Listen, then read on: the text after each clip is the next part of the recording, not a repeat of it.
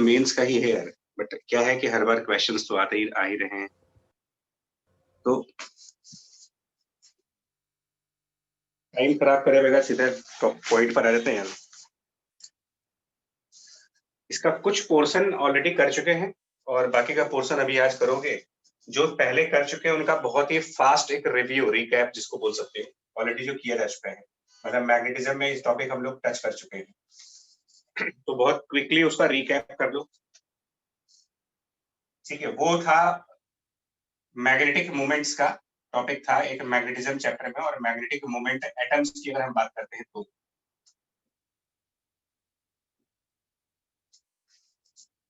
ठीक है, ये मैग्नेटिज्म चैप्टर में कर चुके हो अच्छा आप लोग, magnetic moment of atom, magnetic moments. Actually इसमें कई तरीके के मैग्नेटिक मोमेंट्स होते हैं। अगर हम एटम्स की बात करेंगे तो मैग्नेटिक मोमेंट्स कई तरीके के हैं। बिकॉज अगर आप एटम की बात करोगे तो एटम के कंपोजिशन पे चले जाओगे तो एटम का एक न्यूक्लियस वाला कंपोजिशन है उसका, प्लस उसके अराउंड में इलेक्ट्रॉन्स है जो न्यूक्लियस के चारों तरफ है।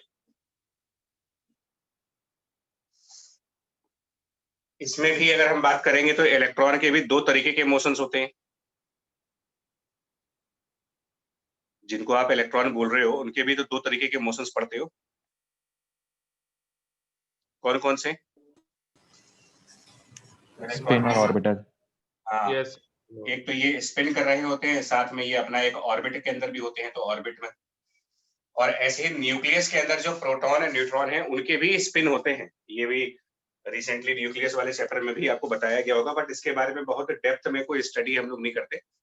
बट न्यूक्लियस में भी जो प्रोटॉन और न्यूट्रॉन है उनका भी स्पिन और ऑर्बिट वगैरह होता रहता है। मतलब कहने का मतलब ये है कि न्यूक्लियस के पास भी मैग्नेटिक मोमेंट होता है, बट बहुत नेग्लेजिबल, उसकी हम बात नहीं करेंगे यहाँ पर कोई भी। न्यूक्लियर मैग्नेटिक मोमेंट जो अराइज होता है, मोमेंटम लिख दिया है बताओ, न्यूक्लियस का मैग्नेटिक मोमेंट जो है वो न्यूक्लियस के अंदर के प्रोटॉन और न्यूट्रॉन के स्पिन करने की वजह से है। बहुत ही स्मॉल वैल्यू है तो इस पर कोई डिस्कशन नहीं करेंगे, इसको नेग्लेक्ट करते हुए बात कर रहे हैं हम लोग। इलेक्ट्रॉन्स के दो तरीके के मैग्नेटिक मोमेंट्स होंगे, एक उनके स्पिन करने की वजह से, दूसरा उनके ऑर्बिट करने की वजह से। दो तरीके के, जिसमें अगर आप रिकॉल कर पाओ तो ऑर्बिट वाले एंगुलर मोमेंटम का हम लोगों ने एक रिलेशन भी फाइंड आउट किया हुआ है, और वो ये था कि जो ऑर्बिट वाला एंगुलर मोमेंटम है उसका एक रिलेशन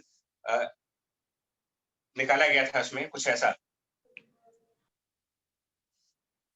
मतलब मैं सुनना तो वैसे आप लोगों से चाह रहा था लेकिन QVR/2 याद है कुछ? हाँ, तो Q ओमेगा स्क्वायर बाय 2 एक बार कि अगर कोई इलेक्ट्रॉन किसी ऑर्बिट में रिवॉल्व करे, अगर उसकी v स्पीड हो इलेक्ट्रॉन की और वो ऑर्बिट में रिवॉल्व करे, और रेडियस ऑफ ऑर्बिट को हम r लिखें, अगर कि ऑर्बिट का रेडियस r है, तो कोई बता पाएगा इसका जो मैग्नेटिक मोमेंट था? एक्चुअल में मैग्नेटिक मोमेंट तो आप करंट्स के लिए बोलते हो, और मैग्नेटिक मोमेंट जो करंट के लिए डिफाइन किया गया है उसके लिए वो था करंट इनटू मतलब product of current and the area of orbit. तो यहाँ पर भी जिसको आप मैग्नेटिक मोमेंट कहोगे वो area of orbit pi R square. यार मैं इस फॉर्मूले की बात कर रहा हूँ, अगर आप रिकॉल कर पाओ, magnetic moment was defined as current multiplied by area. याद है ये चीज? Yes sir, yes sir Yes, yes sir. Sir yes sir. तो एरिया हो गया पाई आर स्क्वायर, और करंट इलेक्ट्रॉन के ऑर्बिट करने की वजह से इसका भी रिजल्ट था, वो था charge into frequency of revolution, and frequency of revolution जो होगा वो v/2πr है। इसको हम कहते थे अपना ऑर्बिटल मैग्नेटिक मोमेंट।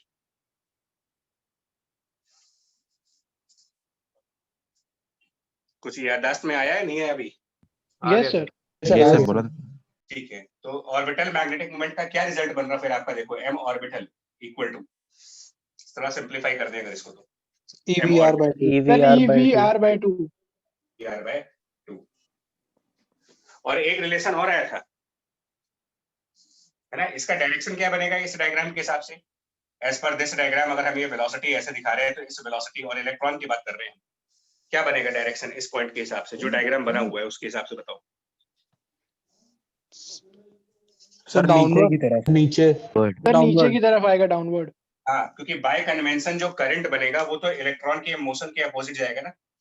तो इलेक्ट्रॉन का मोशन इस तरह दिखा रहे तो करंट बाय कन्वेंशन इधर दिखाओगे, और करंट के साथ अपनी राइट हैंड फिंगर्स को कर्ल करो। करंट के साथ अपना राइट हैंड फिंगर कर्ल करिए तो मैग्नेटिक मोमेंट डाउनवर्ड आ जाएगा इसका, एम ऑर्बिटल।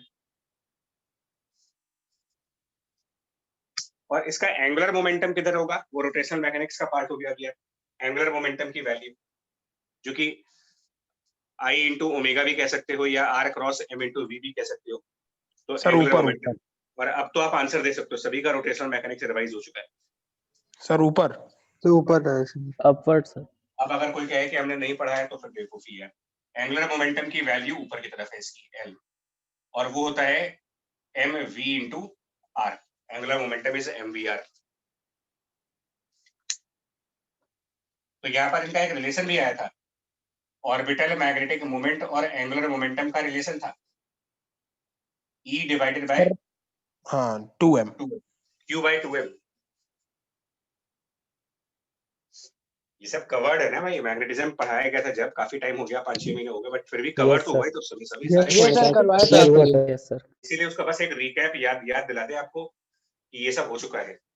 और साथ में अभी अभी मतलब मॉडर्न फिजिक्स जब पढ़ा तो मॉडर्न फिजिक्स में एंगुलर मोमेंटम के बारे में एक और बात कही गई कि ये क्वांटाइज्ड है, ये NH/2π भी लिख सकते हैं इसको। Yes sir. है ना। तो ये कुछ बेसिक पॉइंट्स हैं, मतलब मैं इसलिए बता रहा हूँ कि कभी कभी क्वेश्चंस भाई जेई मेन वालों का दिमाग सटक जाता है। अब दिमाग सटक गया तो कहो यही से क्वेश्चन पूछ लेंगे, है ना भाई, कुछ भी हो सकता है।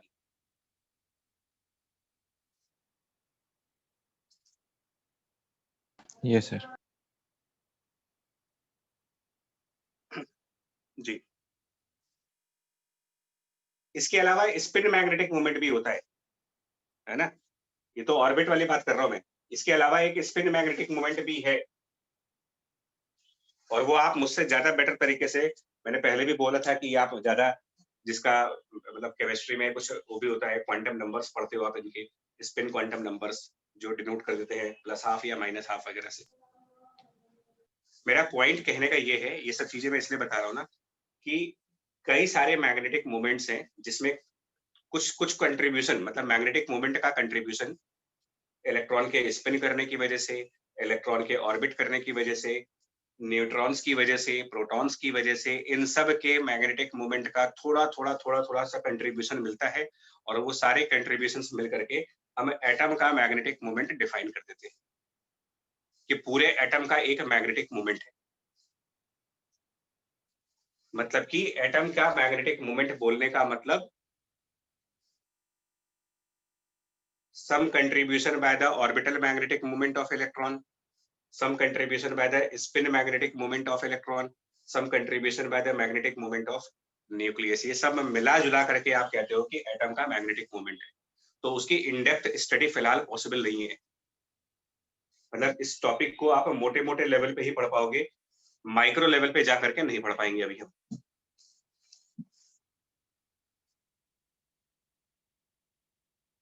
ठीक है जी, बोलो अब इसके आगे स्टार्ट करें। Yes, sir. Yes sir. ठीक है, इसका वो कुछ फॉर्मूला होता है यार, मतलब पता नहीं आपको आइडिया है नहीं है, बट इसका कुछ √SS+1H/2π। हाँ हाँ हाँ, वाला फॉर्मूला। उसमें एस क्या चीज है? Sir spin sir number. Spin right, ठीक है, ठीक है। और ये जो मैग्नेटिक मोमेंट्स एटम के होते हैं ना, ये बहुत छोटी वैल्यूज होती है, मतलब इनका जो ऑर्डर मिलेगा वो अराउंड 10⁻⁻24 SI यूनिट्स में, लगभग 10⁻⁻24 के ऑर्डर का मैग्नेटिक मोमेंट, काफी छोटा होता है, नेग्लिजिबल, एटॉमिक लेवल पर काफी नेग्लिजिबल। एक एटम का मैग्नेटिक मोमेंट नेग्लिजिबल है, उसका ऑर्डर 10⁻⁻24 का है। अब आप इमेजिन करो, अगर 1 मोल एटम ले लो तो आप, अगर 1 मोल एटम यूज करें तो सर 0.1 के आसपास आ जाएगा। 0.1 के आसपास हो। 10 मोल ले ले आप, नंबर ऑफ मोल बढ़ाते जाइए, सिग्निफिकेंट हो गया। Yes, Yes, sir. sir. Yes, sir. और मैग्नेटिक मोमेंट के बारे में इतनी चर्चा क्यों की जा रही है, मतलब ऐसा क्या है कि हम मैग्नेटिक मोमेंट के बारे में इतना डिस्कस क्यों कर रहे हैं, आपको उसका रीजन सुनो। हमने क्यों मैग्नेटिक मोमेंट से स्टार्ट किया, क्या जरूरत पड़ेगी मुझे मैग्नेटिक मोमेंट की, वो बता रहा हूँ आपको। जरा एक सोलेनॉइड का, अभी तो हम थोड़े से पुराने टॉपिक्स पे ही आएंगे बिकॉज काफी टाइम के बाद ये टॉपिक स्टार्ट हो रहा है, तो गैप अच्छा खासा हो गया है। आइडियल सोलेनॉइड की बात करेंगे, आइडियल लॉन्ग सोलेनॉइड। रिकॉल कर पाएंगे इसके मैग्नेटिक फील्ड का फॉर्मूला इनसाइड पर? Ideal Mu naught Ni. You not Mu an naught N N I. into I. Right. तो इसके इनसाइड पॉइंट्स पर मैग्नेटिक फील्ड जो जनरेट होती है उसका फॉर्मूला लिखते हो mu naught small N into current in this coil. इसमें स्मॉल एन को क्या बोलते हो? Number of turns Number per of length. of turns per unit length. और of turns per unit length, right. अब अगर आपसे कोई ये पूछे, अगर यहाँ पर ये पूछा जाए कि ये बताइए इस सोलेनॉइड का मैग्नेटिक मूवमेंट कितना होगा, अगर मैं इस सोलेनॉइड की लेंथ को L डिफाइन कर दूं और इसके रेडियस को R डिफाइन कर दूं, और अभी अभी हम लोगों ने एक फॉर्मूला पढ़ा था कि किसी सिंगल लूप के लिए magnetic moment current multiplied by area है, सिंगल लूप के लिए। इसमें कई सारे लूप है, तो अगर आप मैग्नेटिक मोमेंट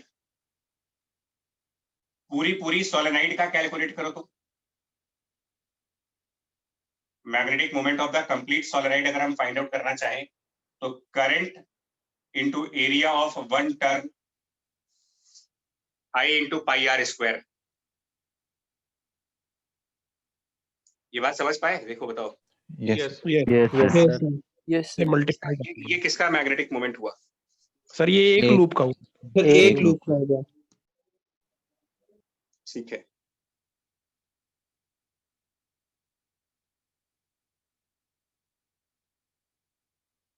और फिर ये टोटल मैग्नेटिक मोमेंट आ गया। सर इसके लेंथ से मल्टीप्लाई करके आएगा ना किससे? सर, इसके L से मल्टीप्लाई करना पड़ेगा तो सारे लूप्स का मतलब मिला करके आ जाएगा। मतलब आपको कह रहा है कि ये एक का आ गया, Yes, sir. एक टर्न का आ गया, और नंबर ऑफ टर्न और मल्टीप्लाई कर दे यस सर। तो स्मॉल एन इंटू एल करेंगे ना, because small n turns per unit length थे। Yes sir, yes sir. ठीक है, अब ठीक है। चलिए, क्या इसमें से ये भी कह सकते हैं हम लोग कि पाई आर स्क्वायर और ये जो एल है इनको मल्टीप्लाई कर दे तो ये इस सोलेनॉइड का वॉल्यूम है। Yes sir. Yes. Yes, sir. Yes, sir. तो फिर ये भी कहा जा सकता है कि magnetic moment per unit volume,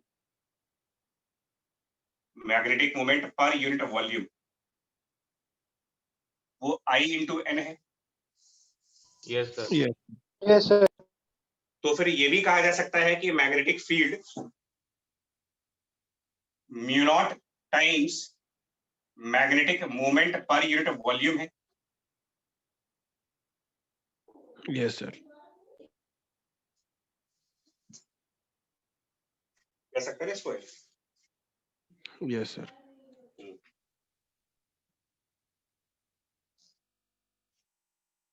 और ये जो टर्म आप देख रहे हो ना I इंटू एन का, I into N which is basically magnetic moment per unit volume,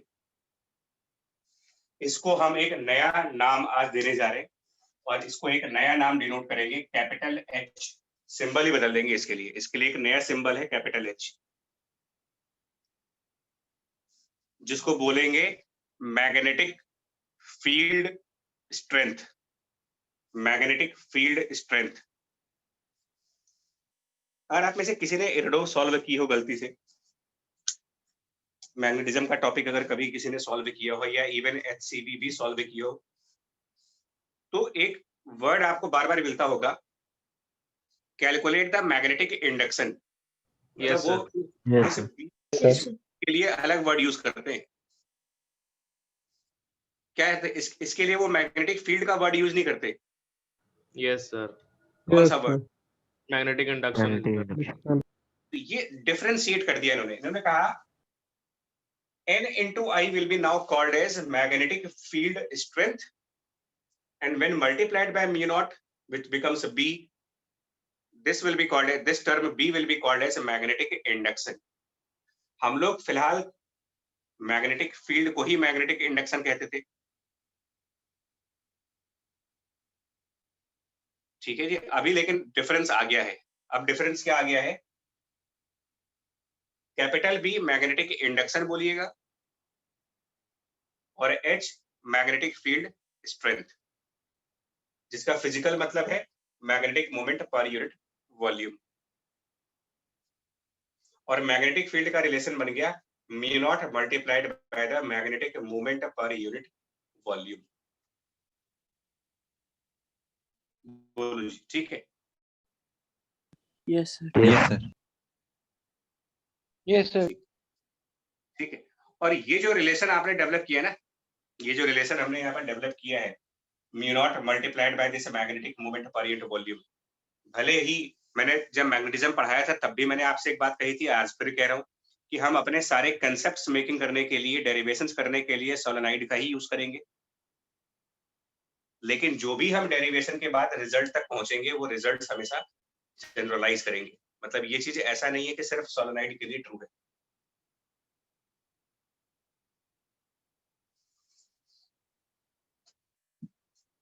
अब आप इमेजिन करो, इस सोलेनोइड के अंदर पूरा वैक्यूम है, सोलेनोइड के अंदर फ्री स्पेस है, वैक्यूम। अब हम सोलेनोइड के अंदर कोई मटेरियल डाल देंगे, जैसे इलेक्ट्रोस्टैटिक में आप डाइलेक्ट्रिक डालते हैं,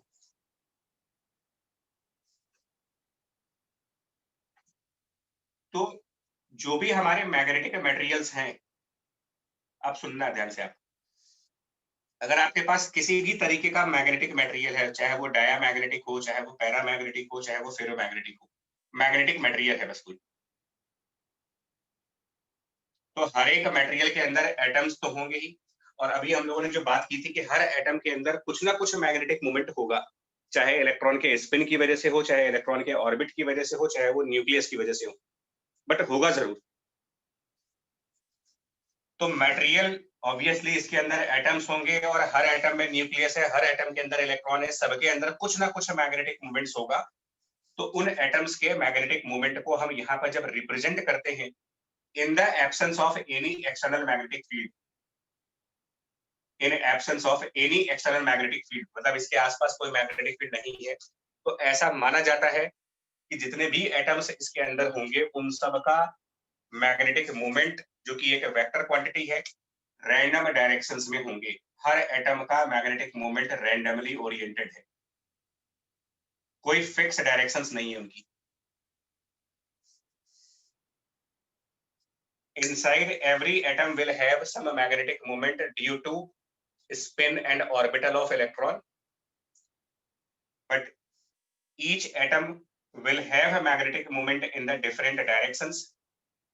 आप ऐसे भी कह सकते हो कि जितने भी एटम्स हैं उनके मैग्नेटिक मोमेंट रैंडमली स्कैटर्ड है, और टोटल मैग्नेटिक मोमेंट अगर आप इसे पूरे मटेरियल का फाइंड आउट करेंगे, Sir, zero. जीरो आ जाएगा।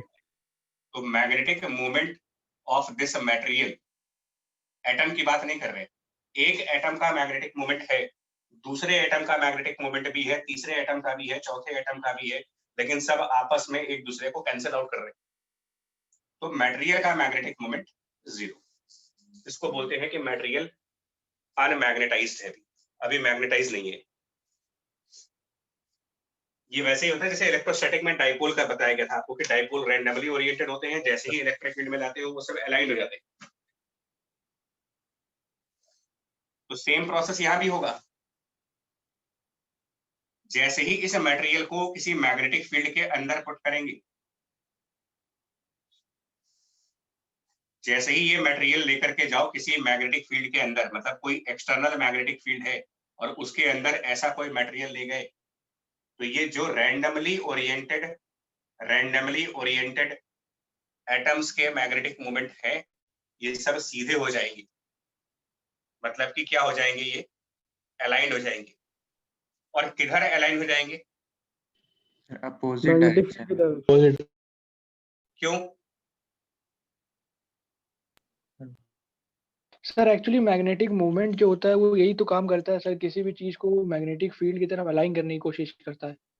तो ये जो ये एटॉमिक मैग्नेटिक मूवमेंट देख रहे हो, randomly oriented atomic magnetic movements, ये अपने आप को अलाइन करेंगे in the direction of magnetic field, या फिर ये अपने आप को अलाइन करेंगे in the direction opposite to the magnetic field. ये डिपेंड करता है टाइप ऑफ मटेरियल के ऊपर। दो रीजंस हैं, वो भी समझाते हैं आपको, कब ये इस तरफ अलाइन करेंगे और कब ये अपोजिट डायरेक्शन में अलाइन करेंगे।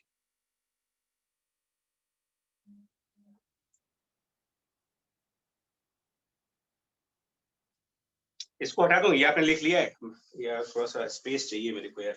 ये सर हटा Yes, दीजिए। sir, लिख दिया सर। रुको, मैं बता रहा हूँ आपको क्या करना है। सुनिएगा, अभी हम लोगों ने ऑर्बिटल मैग्नेटिक मूवमेंट की बात की थी।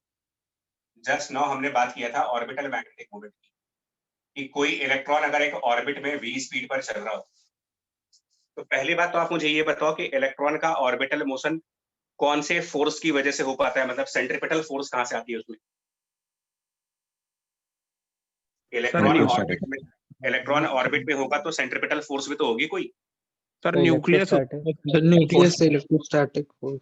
इसका मतलब न्यूक्लियस की वजह से वहां पर कूलम्बिक फोर्स लग रहा होगा। Yes sir. कूलम्बिक फोर्स की वजह से इलेक्ट्रॉन अपना सर्कुलर मोशन कर रहा होगा। Yes sir. राइट। और इसका मैग्नेटिक मूवमेंट अभी अभी हम लोगों ने डायरेक्शन वगैरह सब डिस्कस किया था, तो इसका मैग्नेटिक मूवमेंट नीचे की तरफ आया था। और ये भी पॉइंट मैं डिस्कस कर चुका हूं, फिर से रिपीट कर रहा हूं। अगर मैं इस एटम को किसी एक्सटर्नल मैग्नेटिक फील्ड के अंदर लेके जाऊं, अगर इस एटम को किसी एक्सटर्नल मैग्नेटिक फील्ड में लेके जाओ, क्या फिनोमेना बनेगा? देखो, मैं एक सिंगल एटम की बात कर रहा हूं, एक सिंगल एटम जिसका ऑर्बिटल मैग्नेटिक मोमेंट कंसिडर कर रहा हूं मैं सिर्फ। ऐसे एटम को किसी एक्सटर्नल मैग्नेटिक फील्ड में लेके जब जाओगे तो दो फिनोमिनाज होंगे इसमें, दो बातें होंगी। पहली, sir change in magnetic orbital moment and frequency change. याद आ गया? Yes sir. चलिए फिर से बता रहा हूं, दो बातें होंगी। एक, इसके ऊपर एक टॉर्क लगेगा, याद करो, magnetic moment m cross b। याद आया कुछ? Yes, sir. Yes sir. तो external magnetic field will impose a torque on this magnetic moment which will try to align this magnetic moment with the direction of magnetic field.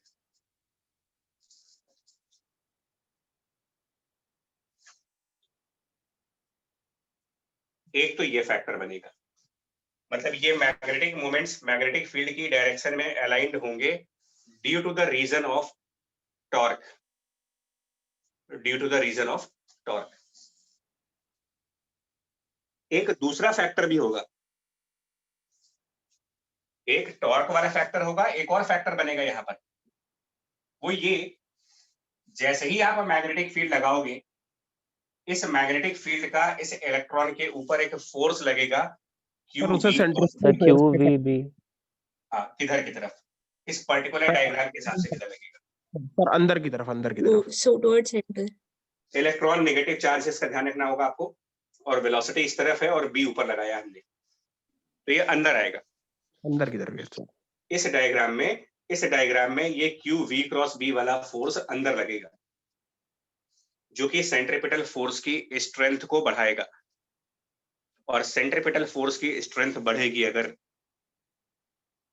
तो electron के orbit करने की speed बढ़ जाएगी, क्योंकि radius तो बदल सकते नहीं, उसके ऊपर तो आप बोर्स मॉडल की लिमिटेशन लगा चुके हो कि रेडियस तो स्टेबल ऑर्बिट्स होती हैं कुछ, ठीक है? Yes, sir. Yes, sir. तो ये इलेक्ट्रॉन फास्टर स्पीड पर चलने लगा, v प्लस डेल्टा v पर, यानी फ्रीक्वेंसी ऑफ रेवोल्यूशन बढ़ गई इसकी। ये मैग्नेटिज्म में ना सब डिटेल में है, वैसे आप देखना वहां पर जाकर के। और अभी अभी थोड़ी देर पहले मैग्नेटिक मूवमेंट का फॉर्मूला आया था, E v r/2, थोड़ी देर पहले भी ये डिस्कस हुआ था, magnetic moment was E into V into R/2। तो अगर इलेक्ट्रॉन फास्ट स्पीड पर जाएगा तो इसका मतलब इसका मैग्नेटिक मोमेंट, अगर स्पीड बढ़ेगी सर और बढ़ मैग्नेटिक जाएगा, मोमेंट बढ़ेगा। इंक्रीज कर जाएगा। इसका मतलब मैग्नेटिक मोमेंट बढ़ेगा। मैग्नेटिक मोमेंट के बढ़ने का मतलब ये हुआ कि change of magnetic moment downward direction में आएगा। Change of magnetic moment will be in the downward direction. अगर ये मैग्नेटिक मोमेंट ग्रो करेगा, ये वेक्टर इंक्रीज करेगा, तो इसका मतलब इसमें चेंज डाउनवर्ड डायरेक्शन में आ रहा है। ठीक है, यस सर। Yes sir. तो इसको भी हमने जनरलाइज किया था। दो बातें कौन कौन सी हो रही हैं? एक, टॉर्क की वजह से मैग्नेटिक मोमेंट मैग्नेटिक फील्ड की तरफ अलाइंड होना चाहेंगे, लेकिन वहीं पर फ्रीक्वेंसी ऑफ रिवॉल्यूशन बढ़ने की वजह से change of magnetic moment external magnetic field के अपोजिट हो जाएगा। अब इसमें से जो फैक्टर डोमिनेट कर गया, अगर मैग्नेटिक मोमेंट का मैग्नेटिक फील्ड की डायरेक्शन में अलाइनमेंट डोमिनेट कर गया, तो ओवरऑल मैग्नेटिक मोमेंट इस तरफ दिखाओगे। और अगर change of magnetic moment opposite to the magnetic field, अगर ये चीज डोमिनेट कर जाती है, तो net magnetic moment magnetic field के अपोजिट साइड पर दिखाना पड़ेगा आपको। तो ये दोनों ही बातें हो सकती हैं डिपेंडिंग कि इनमें से कौन सा फैक्टर ज्यादा स्ट्रांगली एक्ट कर रहा है।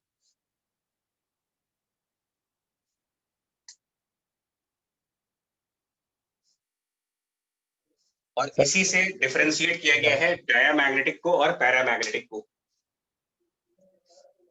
डायामैग्नेटिक मटेरियल्स में ये वाला फैक्टर डोमिनेट करता है और पैरामैग्नेटिक में टॉर्क वाला फैक्टर डोमिनेट करता है।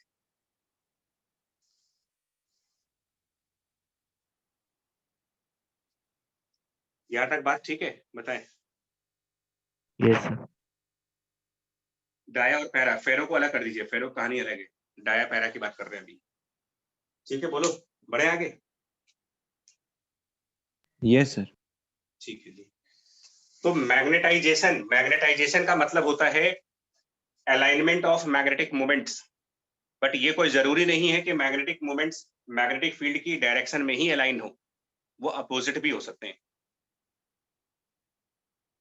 फिलहाल मैं पैरामैग्नेटिक का एग्जांपल ले रहा हूं। तो पैरामैग्नेटिक सब्सटेंस के अंदर ये जितने भी मैग्नेटिक मोमेंट्स हैं, ये सब एक्सटर्नल मैग्नेटिक फील्ड के साथ साथ में अलाइन हो जाएंगे।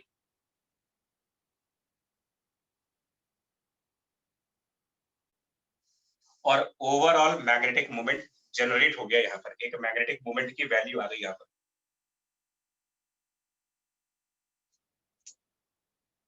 तो अब आप कह सकते हो कि मैग्नेटिक मोमेंट मटेरियल का नॉन जीरो है।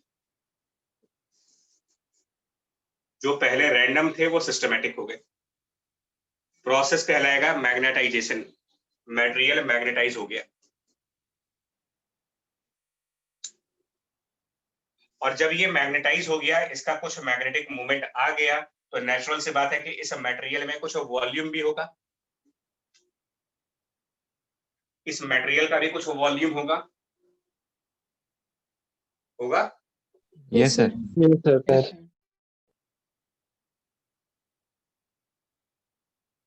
तो इस मटेरियल का magnetic moment of this material per unit volume of this material, इसको हम एक नया सिंबल देंगे और इसको हम डिनोट करेंगे। एक्चुअली बुक्स के पॉइंट ऑफ व्यू से चलूं ना मैं, अगर बुक्स के पॉइंट ऑफ व्यू से, तो मैग्नेटिक मोमेंट को इन लोगों ने थोड़ा सिंबल अलग यूज किया, म्यू लगाया हुआ है सिंबल। तो हम चेंज कर रहे हैं अभी। यार हम ना मैग्नेटिक मोमेंट को म्यू सिंबल से डिनोट कर दें, क्योंकि magnetic moment per unit volume, इसके लिए किताबों में कैपिटल एम का सिंबल यूज किया गया है। मैग्नेटिक मोमेंट का सिंबल म्यू बनाया गया है और magnetic moment of the material per unit volume capital M, और इसको मैग्नेटाइजेशन वर्ड यूज किया गया है। Magnetization, capital M is called magnetization, capital H was magnetic field strength. दोनों सेम ही चीजें हैं, डिफरेंस किस चीज का इनमें?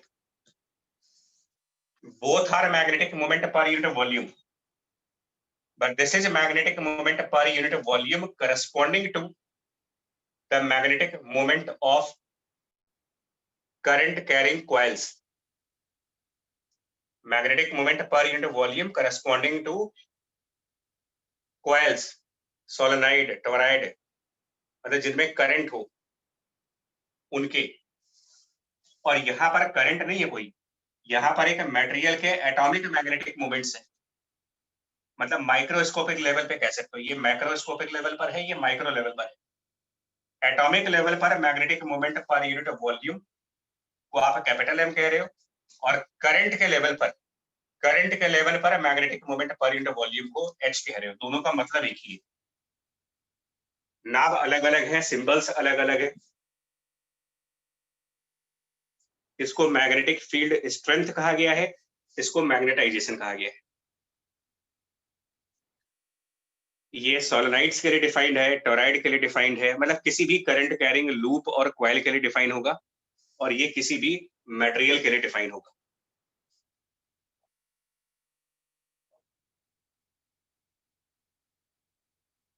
यहां तक बताओ। क्लियर है सर। क्लियर है। और ये एक वेक्टर क्वांटिटी होगी। Magnetization is a vector quantity because it has a direction, but ये कोई जरूरी नहीं है कि ये डायरेक्शन एक्सटर्नल मैग्नेटिक फील्ड की तरफ ही हो।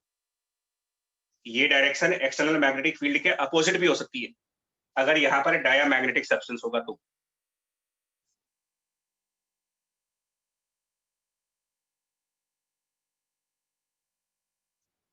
और अब हम इस रिलेशन को यूज करने वाले हैं, इसका यूज करेंगे कि magnetic moment per unit volume को जब हम म्यू नॉट से मल्टीप्लाई करते हैं तो मुझे मैग्नेटिक इंडक्शन, यानी कि जिसको अभी तक आप मैग्नेटिक फील्ड कहते थे, वो मिल जाएगा।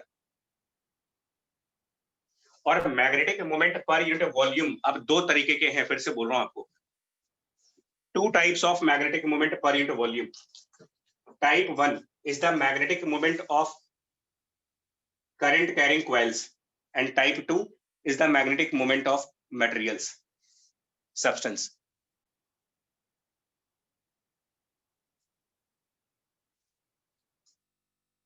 चलिए जी आगे बढ़े। Yes sir. यस तो अब क्या होगा, अगर करंट कैरिंग क्वाइल भी हो और मटेरियल भी हो, दोनों बातें हो, तो क्या होगा? अगर करंट कैरिंग क्वाइल भी है और मटेरियल भी है, दोनों चीजें साथ साथ आ जाए, तब क्या होगा बताइए। मतलब कि अगर हम ऐसा मान लें कि हमारे पास ये कोई एक मटेरियल है, मैग्नेटिक मटेरियल है कोई,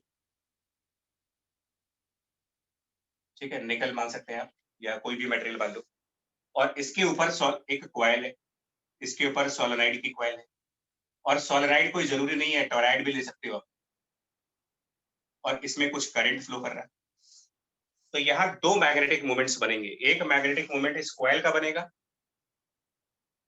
दूसरा मैग्नेटिक मोमेंट इस मटेरियल की मैग्नेटाइजेशन का बनेगा। मतलब इसके अंदर के जो एटम्स होंगे, उन एटम्स का जो मैग्नेटिक मोमेंट होगा, उसकी एक अलाइनमेंट होगी, उसका भी एक मैग्नेटिक मोमेंट होगा।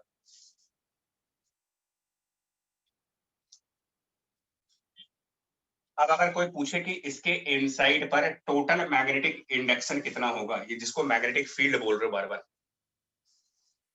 दिस बी मतलब नेट मैग्नेटिक इंडक्शन। आप अपनी नजर में इसको आप पुराना वाला मैग्नेटिक फील्ड ही मानो। तो ये दो होंगे, एक होगा magnetic induction by the coil, या यूं कह लीजिए बाय द करंट, अब करंट सोलेनोइड में है कि टोरॉइड में है वो तो क्वेश्चन पे डिपेंड करेगा, plus magnetic field which is created by this material.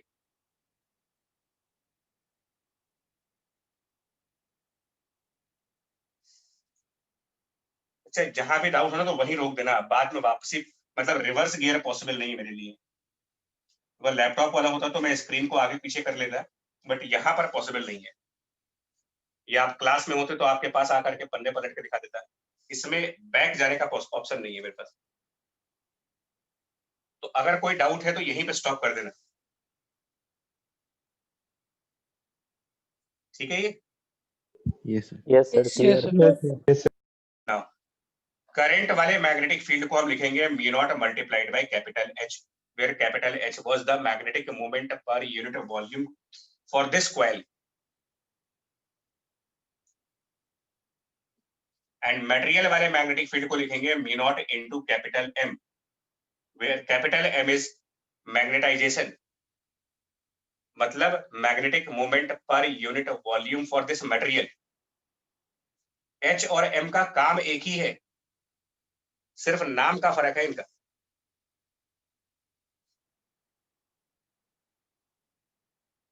ठीक है। Yes, sir. और मटेरियल की मैग्नेटाइजेशन कर कौन रहा है? Coil Imagine- magnetic The field. coil की कौन से magnetic मैग्नेटिक फील्ड? तो हाँ, जब आप कॉइल में करंट पास करेंगे तभी तो ये मैग्नेटाइज होगा। यस सर, यस सर, तो कैपिटल एम कैपिटल एच की वजह से ही तो आ रहा है। मतलब मेरी बात सुनो, जब आप यहाँ पर आई को 0 रखेंगे तो क्या रिजल्ट बनेगा आप बताओ। आई इक्वल टू 0 मतलब कॉइल में करंट है ही नहीं और मटेरियल मैग्नेटाइज नहीं है, तो ना तो एच होगा ना तो एम होगा। आ रही बात समझ में? Yes, sir. Yes, sir. और जैसे जैसे हम Yes. करंट बढ़ाएंगे, जैसे जैसे करंट कॉइल में बढ़ाएंगे तो पहले इनमें से क्या चीज आएगी। मैं एक बार फिर आपको क्लियर कर दूं, ये जो मैंने H लिखा है ना, ये H सोलेनोइड के केस में N इंटू आई है। In case of solenoid N into I को लिख रहा हूं मैं। तो जब आप इसमें करंट बढ़ाओगे तो पहले H बढ़ेगा, मतलब ये जो वायर्स है, ये वायर्स मैग्नेटिक फील्ड प्रोड्यूस करेंगे, यस सर, और वायर्स के मैग्नेटिक फील्ड की वजह से मटेरियल के अंदर के जो एटम्स हैं वो अलाइनमेंट मोड में आएंगे, यस सर, यानी कि तब M आ जाएगा। यस सर, तो पहले H आएगा, उसकी वजह से M आएगा। और ये एक्सपेरिमेंटल ऑब्जर्वेशन है कि जो कैपिटल M है वो प्रोपोर्शनल है H के for the diamagnetic and paramagnetic. For dia and paramagnetic materials, this capital M is found as a proportional quantity to H. मतलब जितना ज्यादा करंट बढ़ाते हैं उतना ज्यादा ये मैग्नेटाइज हो रहा है। ये एक्सपेरिमेंटल रिजल्ट्स है, इसको मैथमेटिकली प्रूफ नहीं किया जा सकता।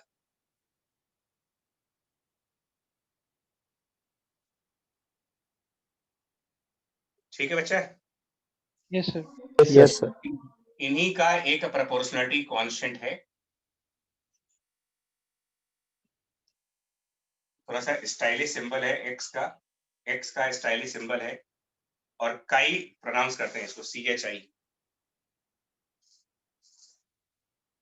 और इसको नाम देते हो मैग्नेटिक ससेप्टिबिलिटी। मैग्नेटिक ससेप्टिबिलिटी इसका नाम है, काई से प्रोनाउंस करेंगे, और कुछ एक्स जैसा सिंबल है इसका। डायमेंशनलेस क्वांटिटी होगी ये, क्योंकि दो मैग्नेटिक मोमेंट के बीच का प्रोपोर्शनलिटी है, कोई डायमेंशन नहीं होगी इसमें, जस्ट एक नंबर होगा ये।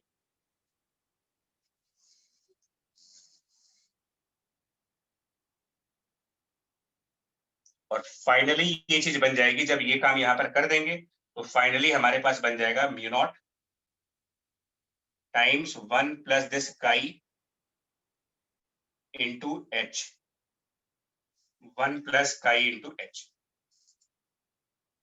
This is our total magnetic field, net magnetic field जब वायर्स में करंट है और अंदर कोई मटेरियल है, तब टोटल मैग्नेटिक फील्ड की ये वैल्यू बनेगी। और अगर अंदर मटेरियल न होता, फ्री स्पेस होता और सिर्फ वायर्स में करंट होती, तब क्या आंसर बनता भाई? मतलब इन फ्री स्पेस की अगर हम बात करें, इन द फ्री स्पेस अंदर मटेरियल ना होता बट वायर्स होते, तब Unit कौन सा H. Magnetic field, magnetic field क्या देखते हैं आप? Mu naught N I. Mu naught H. Not मतलब N I. Mu naught H. Yes, sir. तो फ्री स्पेस में ये मैग्नेटिक फील्ड और मटेरियल के साथ ये मैग्नेटिक फील्ड,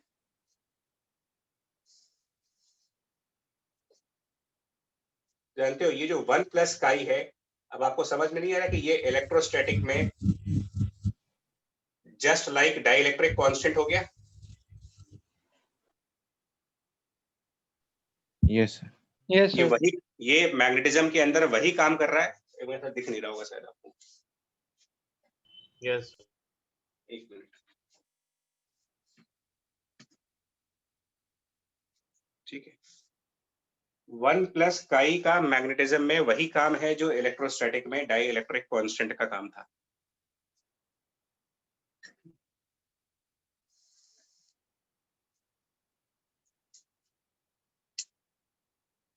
और इसको ना 1 प्लस काई को एक और नाम देते हैं, म्यू आर से भी डिनोट कर देते हैं। इसमें सर सिर्फ रिलेटिव फॉर्मूला, परमिएबिलिटी। हाँ रिलेटिव परमिबिलिटी बोलते हैं इसको, mu R known as relative permeability. अच्छा, इस टॉपिक का देखो है तो वैसे बहुत बेकार टॉपिक है ये, मैं पहले बता दूं, क्योंकि बहुत कुछ याद करने लायक है। अपनी तरफ से मैं जितना समझाने की कोशिश कर सकता था वो कर रहा हूँ। आपके लिए सजेशन मेरा ये है कि इसका क्वेश्चन एनसीईआरटी से आज ही लगा लो और फिर प्रीवियस ईयर क्वेश्चन देख लो, बस। कोई बहुत टफ क्वेश्चन नहीं आता इसमें। सर एनसीईआरटी की वो समरी पढ़ सकते हैं क्या उसमें से?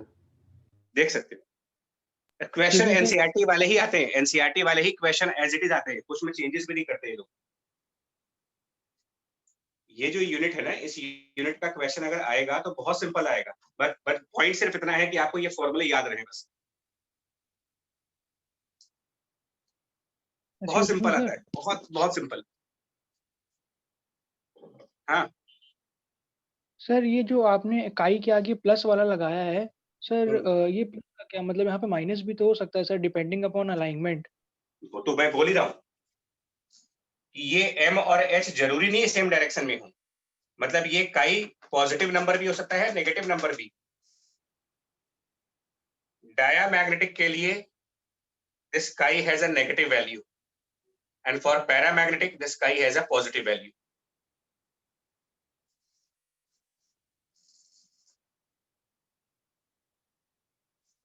पैरा के लिए काई की वैल्यू पॉजिटिव और डाया के लिए काई की वैल्यू नेगेटिव।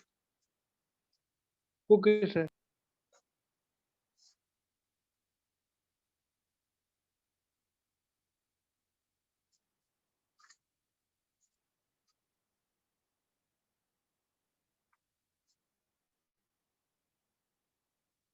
ये ना मैं एक कोशिश करता हूँ, देखो मैं आपके सामने बुक रखने की कोशिश करता हूँ। ये एक टेबल है इरडोव की बुक, इरडोव की बैक साइड पर दिया हुआ ये टेबल। अब ये वाला टेबल देख पा रहे हो, नीचे वाला जहाँ पर थंब है मेरा? Yes sir. Yes, sir. किस चीज की टेबल है, किस चीज की टेबल है ये? Magnetic susceptibilities. और ऊपर क्या लिखा है, ऊपर क्या लिखा है? फॉर ऑफ फेरो की बात ही नहीं करेंगे। तो इसमें क्या सबके आंसर पॉजिटिव हैं? No, sir. No, sir. No sir. कुछ तो मटेरियल ऐसे होंगे जो नेगेटिव में दिख रहे होंगे आपको। Yes, sir. Yes Yes. Sir. तो जो नेगेटिव वाले हैं वो कौन से हैं, पैरा या डाया? दाया। Daya. पॉजिटिव है वो पैरा है। और क्या ये वैल्यूज बहुत ज्यादा है, मतलब कंपेयर टू 1 के कंपेयर में क्या ये बहुत बड़े नंबर्स हैं? No, sir. No, sir. No, sir. और ये एक्चुअल डेटा है, कोई हाइपोथेटिकल नहीं है। जितनी भी नंबर्स आप देख रहे होगे ऐसा नहीं है कि वो बहुत मिलियंस में है ट्रिलियंस में जा रहे हो।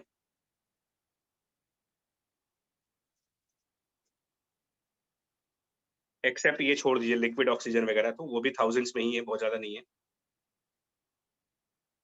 ऊपर मतलब कि दिस स्काई इज रफली नियर अबाउट 1, वैल्यू इसकी 1 के आसपास ही होगी, मतलब बहुत बड़ी वैल्यू नहीं, 1, 10, 15 इस टाइप की होती है।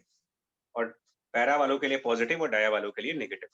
और 1 प्लस स्काई का एग्जैक्टली वही काम है जो डाइलेक्ट्रिक कांस्टेंट के का इलेक्ट्रोस्टैटिक में हुआ करता है।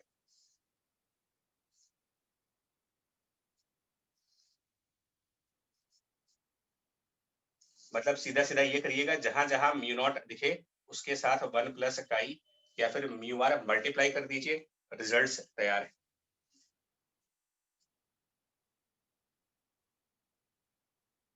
बढ़ जाए आगे अब।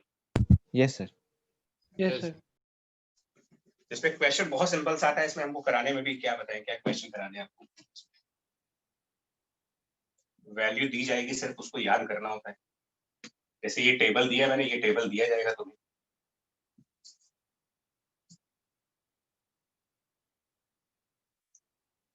स्ट्रेट फॉरवर्ड क्वेश्चन आना है, मतलब कुछ नहीं करना है इसमें, सिर्फ 1 प्लस स्काई मल्टीप्लाई कर दीजिए।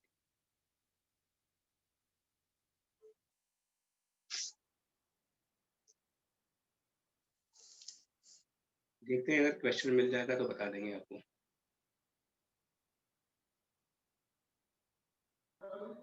सर एक डाउट था पूछो बच्चे। सर, परमिटिविटी और परमिएबिलिटी में क्या डिफरेंस होता है? परमिटिविटी और देखो ये दोनों ही, परमिटिविटी आपकी इलेक्ट्रिकल पोलराइजेशन से रिलेटेड क्वांटिटी है, और परमिएबिलिटी देखो ना, ये जो जिसको आप म्यू आर कह रहे हो या जिसको म्यू नॉट कह रहे हो ना, यही तो परमिएबिलिटी बोल रहे हो आप। तो म्यू आर से आपको अभी क्या समझ में आया? अभी डायग्राम इरेज हो गया। म्यू आर जिस क्वांटिटी को आपने कहा, ये क्या बता रहा है आपको कि अगर हम फ्री स्पेस में करंट फ्लो कराएं और किसी मटेरियल के साथ करंट फ्लो कराएं, तो सेम करंट, मतलब एक करंट हम फ्री स्पेस में फ्लो कराएं और उतना ही करंट किसी मटेरियल में फ्लो करा दें, क्या मुझे दोनों जगह सेम स्ट्रेंथ मिलेगी मैग्नेटिक फील्ड की? No sir. नहीं मिलेगी। क्या रीजन है? मतलब अगर मैं मान लो 5 एम्पियर की करंट वैक्यूम में फ्लो कराऊं और 5 एम्पियर की करंट किसी आयरन के ऊपर फ्लो कराऊं, तो मुझे क्यों नहीं दोनों में सेम मैग्नेटिक फील्ड मिल रहा है? सर बिकॉज आयरन में उसका जो अभी बताया, मैग्नेटिक मोमेंट का अलाइनमेंट हो जाएगा। एयर में ऐसा कोई फिनोमेना नहीं हो सकता। मतलब कि हाँ, मतलब उस 5 एम्पियर करंट के मैग्नेटिक फील्ड के साथ साथ आयरन की जो मटेरियल है वो भी तो एक मैग्नेटिक फील्ड प्रोड्यूस कर देगी ना। Yes sir. तो किसी स्पेस में किसी मीडियम का मैग्नेटिक फील्ड में कितना कंट्रीब्यूशन है, इस कंट्रीब्यूशन का मेजरमेंट करने की जो क्वांटिटी है उसको आप परमिएबिलिटी कह रहे हो।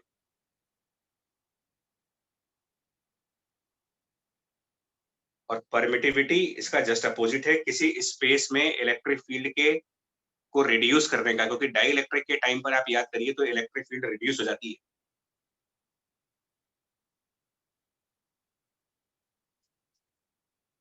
डाइलेक्ट्रिक इंसर्ट करो तो इलेक्ट्रिक फील्ड पहले से कम नहीं हो जाती है? Yes sir. यस।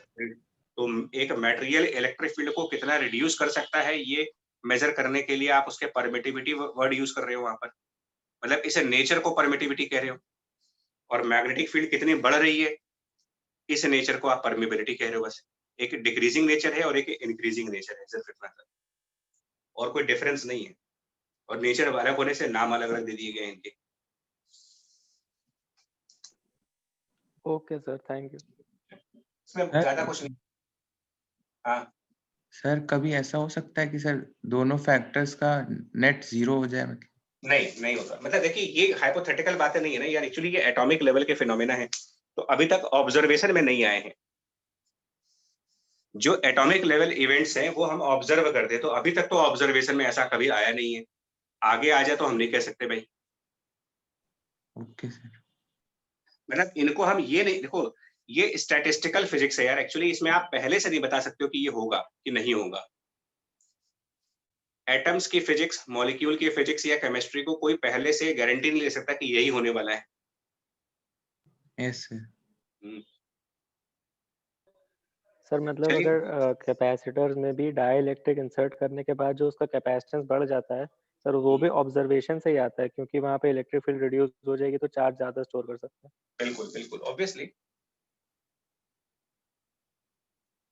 ये तो हो गया डाया और पैरा का कंसेप्ट। फेरोमैग्नेटिज्म थोड़ी अलग कहानी है इनकी। इनकी कहानी कुछ अलग है और इनके ऊपर एक ग्राफ भी आते हैं।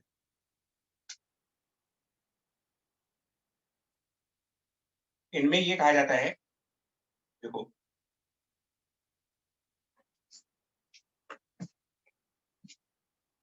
मतलब देखो इसमें अगर आप ये पूछोगे ना कि ऐसा क्यों, तो शायद क्यों का आंसर तो कोई भी ना दे पाए आपको, कोई भी। मैक्सवेल वापस पैदा हो जाए तब भी ना दे पाए। क्यों? ऑब्जर्व कर सकते हो।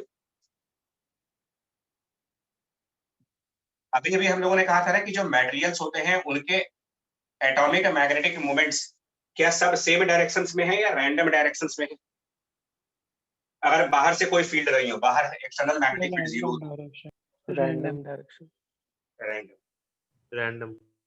मतलब जितने भी एटम्स होंगे उनके मैग्नेटिक मोमेंट रैंडम डायरेक्शंस में है, तो टोटल मैग्नेटिक मोमेंट जीरो है। लेकिन यहाँ पर सिस्टमैटिकली रैंडम है। अब ये कौन सा इसका नया क्या वर्ड है? मतलब था? हाँ वही मैं बोल रहा हूँ, ये कौन सा नया वर्ड है कि systematically random? Straight circle. Straight circle, हाँ। सिस्टमैटिकली रैंडम का मतलब जानते हो क्या हुआ? आपको समझाते हैं, देखो सिस्टमैटिकली रैंडम का मतलब क्या होता है। आपके कमरे में, आपका मान लो स्टडी रूम है,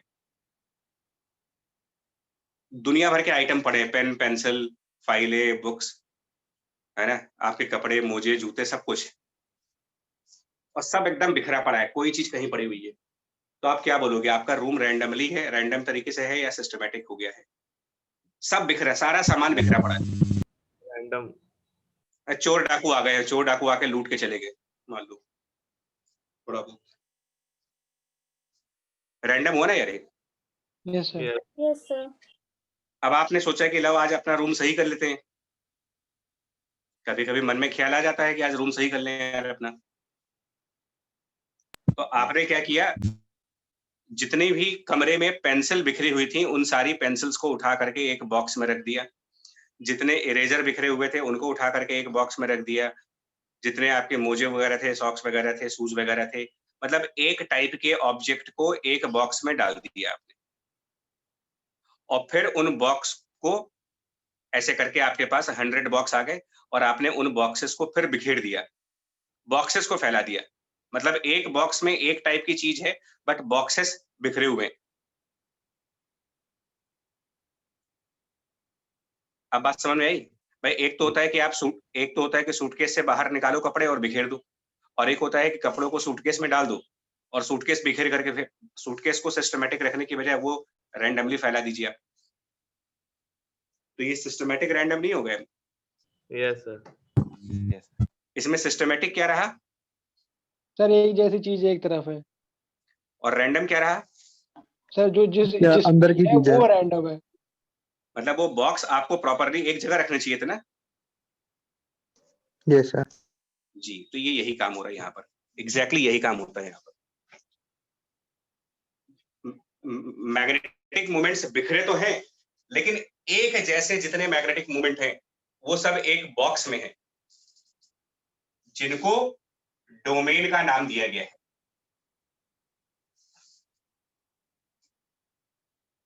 मतलब ये कहते हैं कि ठीक है, इसमें मिलियन ट्रिलियन एटम्स हैं और हर एटम का अपना अपना मैग्नेटिक मोमेंट है, तो उन सारे एटम्स के बीच में दोस्ती हो गई जिनके मैग्नेटिक मोमेंट सेम डायरेक्शन वाले थे, और उन सब ने मिल करके एक बॉक्स बना लिया, एक ग्रुप बना लिया, एक स्पेस बना लिया। उस स्पेस को कह दिया गया डोमेन।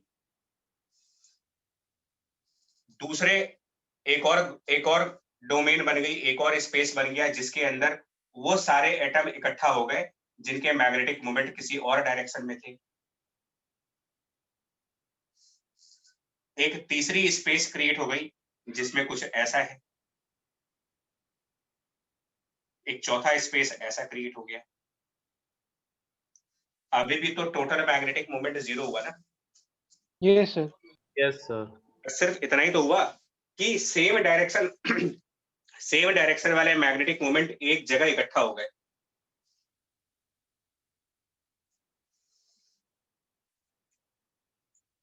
समझ पाए इस बात को? Yes Yes. सर। अभी भी तो रैंडम है, क्योंकि अभी भी सब के सब थोड़ी सेम डायरेक्शन में है। इतना ही हुआ है कि एक स्पेसिफिक डायरेक्शन एक जगह हो गया, दूसरा स्पेसिफिक डायरेक्शन दूसरी जगह हो गया, तीसरा स्पेसिफिक डायरेक्शन तीसरी जगह हो गया। इतना ही हुआ है सर। और इनको डोमेन कहा जाता है। डोमेन इज द स्पेस, आप कह सकते हो कि डोमेन एक वॉल्यूम है in which every atom will have magnetic moment in the same direction. What is a domain? So it is a space inside the material where every atom has a magnetic moment in the same direction.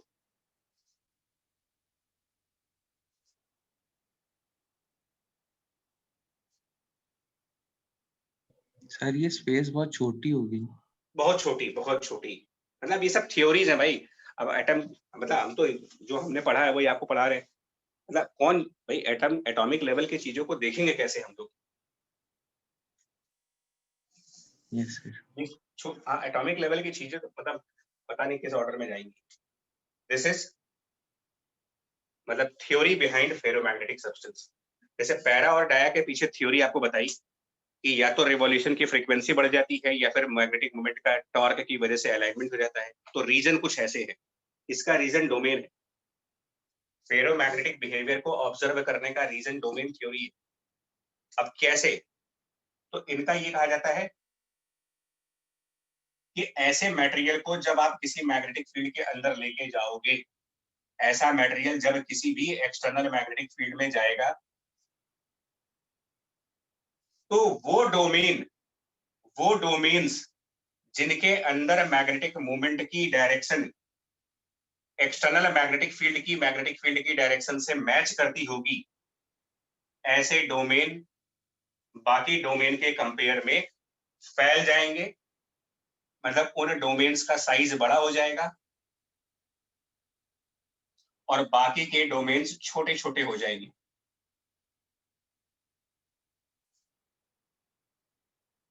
मतलब बाकी सब सिकुड़ गए,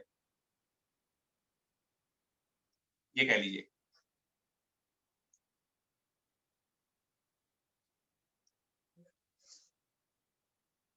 और ज्यादा magnetic field लगा दो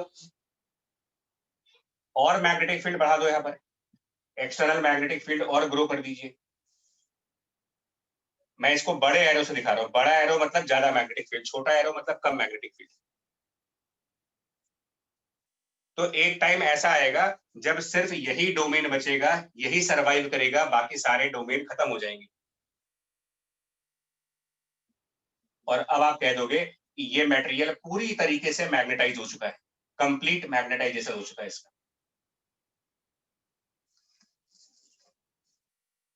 और ये स्टेज कहलाती है मैग्नेटाइजेशन की saturation stage,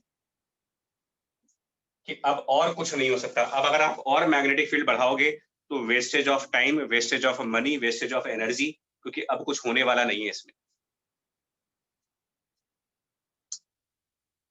That means existence of domain and the expansion of domain is the reason behind ferromagnetism। अगर ऑब्जेक्टिव क्वेश्चंस पूछे तो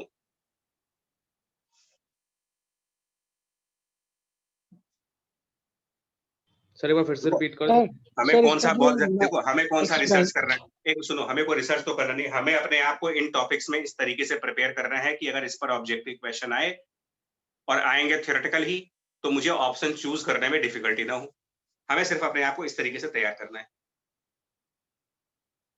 डायामैग्नेटिज्म इज बिकॉज ऑफ, मैं तीनों बता दे रहा हूं। Diamagnetism due to change in the orbital frequency, paramagnetism due to alignment of magnetic moment in the direction of magnetic field, and ferromagnetism is due to existence of domains and expansion of domain, existence and expansion of domain in the direction of applied magnetic field is the reason for ferromagnetism.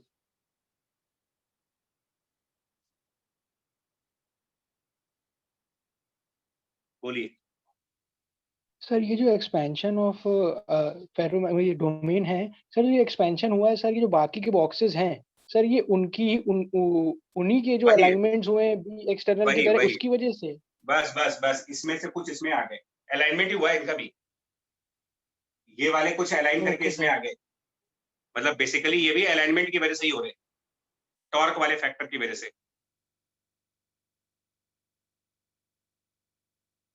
Yes sir. काहे दिमाग लगा रहे हो, हम तो कह रहे हैं जो बता रहे हैं चुपचाप सुनो। हमें मेरा देखो काम अभी ये है कि आपको एग्जाम ओरिएंटेड तैयार कर दूंगा, मतलब मैं वो सारी पॉसिबिलिटीज कवर कर लूंगा जहां से क्वेश्चन आएंगे, इसकी मेरी गारंटी है। पढ़ना और याद करना भाई आपको करना है। ये सिचुएशन आई समझ में? Yes yes sir. Yes, sir. अब ऐसे सिचुएशन में ना एक बड़ा फेमस ग्राफ है, उसको मैग्नेटाइजेशन कर्व कहा गया है और इसके ऊपर हर साल क्वेश्चन आया हुआ है। इस पिक्चर को माइंड में रखना, या फिर एक काम करें हम इसको यहीं पर छोड़ देते हैं और आप समझने की कोशिश करना कि मैं क्या कह रहा हूं। एक हम कर्व डिस्कस करने जा रहे हैं, a curve which is called magnetization curve. Board का बड़ा समस्या है यार, देखना है कहां पर। सर लिख लिए। सर लिख लिया, रियस कर मैं सकते कहाँ हैं। लिखूं, मैं भी तो लिखूं, तो मेरे को तो जगह चाहिए ना, बोर्ड छोटा है। एनीवे कोशिश करेंगे भाई। तो मैग्नेटाइजेशन कर्व क्या है वो बता दें आपको।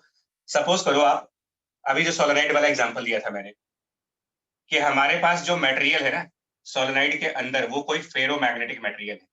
इसके अंदर हमने एक फेरोमैग्नेटिक मटेरियल डाला हुआ है जिसमें आयरन आता है, सॉफ्ट आयरन।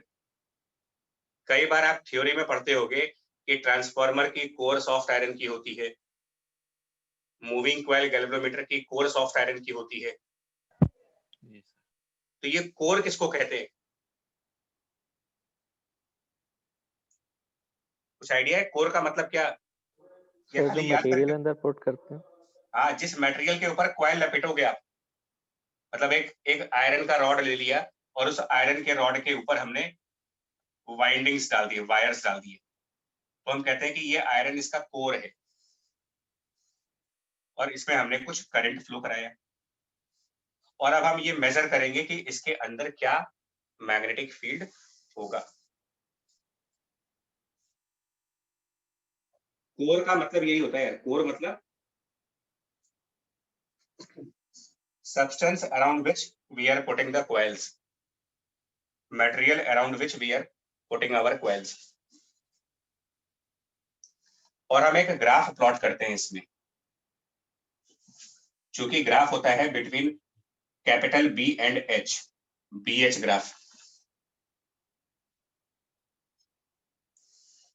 बी मतलब क्या है यहाँ पर, बी मतलब मैग्नेटिक इंडक्शन। आप मैग्नेटिक फील्ड बोल लो, कोई बात नहीं, बोल लो, डर कह रहे। टोटल मैग्नेटिक फील्ड, जिसको अभी तक तो मैग्नेटिक फील्ड बोलते आए थे ना यार, मैग्नेटिक इंडक्शन तो थोड़ा सा स्टैंडर्ड वर्ड है अंग्रेजों का। मतलब बी मतलब टोटल मैग्नेटिक इंडक्शन कह लीजिए, टोटल मैग्नेटिक फील्ड कह लीजिए, मतलब जो टेस्ला पे मेजर करेंगे। और एच मतलब Magnetic field strength. Magnetic field strength. which is magnetic moment per unit volume, है ना, ये magnetic moment per unit volume ही तो है। यस यस इसको कहते हैं मैग्नेटिक फील्ड यस स्ट्रेंथ है। सर। हाँ, लेकिन ये किसका magnetic moment per unit volume है, वायर्स का या मटेरियल्स का? वायर्स का। वायर्स। मतलब अगर सोलेनाइड है तो ये क्या है फिर, अगर ये सोलेनाइड है तो ये N/I है। Yes sir. मैं जानबूझ के लिख रहा हूँ NI, दिख रहा है नहीं दिख रहा है, दिख रहा होगा, दिख रहा है ये? यस यस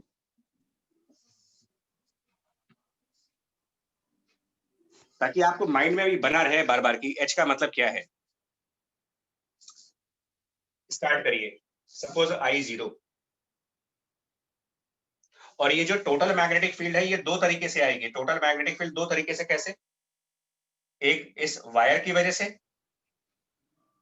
मतलब कॉइल्स की वजह से, और एक मटेरियल्स की वजह से, दो आएंगी। कॉइल वाली म्यू नॉट एच होगी और मटेरियल वाली म्यू नॉट एम होगी। एम उसका मैग्नेटाइजेशन है, बट एम और एच प्रोपोर्शनल नहीं है। बस एम एंड एच प्रोपोर्शनल नहीं है, वो प्रोपोर्शनलिटी डाया और पैरा के लिए थी सिर्फ।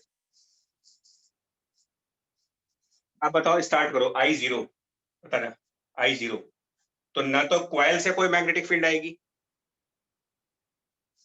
ना इस मटेरियल से, क्योंकि मटेरियल तो रैंडम पड़ा होगा। यानी अगर आई जीरो मतलब कि एच जीरो, ऐसे समझ पाओगे। आई जीरो मतलब एच जीरो, तो बी जीरो यानी ओरिजिन पर आएंगे। अब अगर हम सोलेनाइड की करंट को बढ़ाए, मतलब कि एच को बढ़ाए,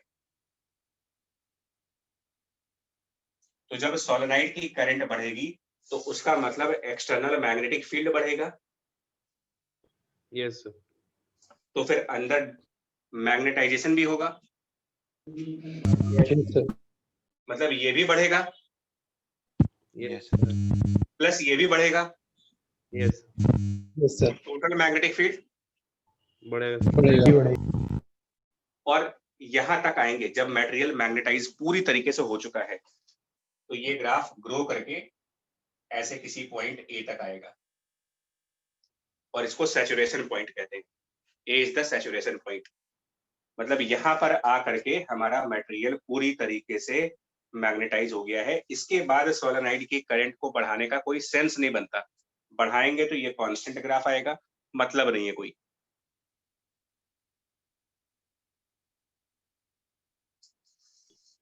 सर लीनियर ग्राफ आएगा?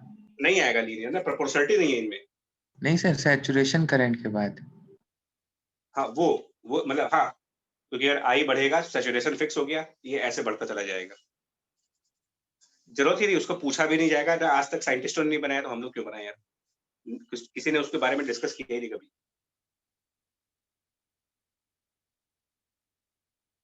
ठीक है, बताएं यहाँ तक ठीक है? Yes sir. Yes. Yes sir. आगे बताओ।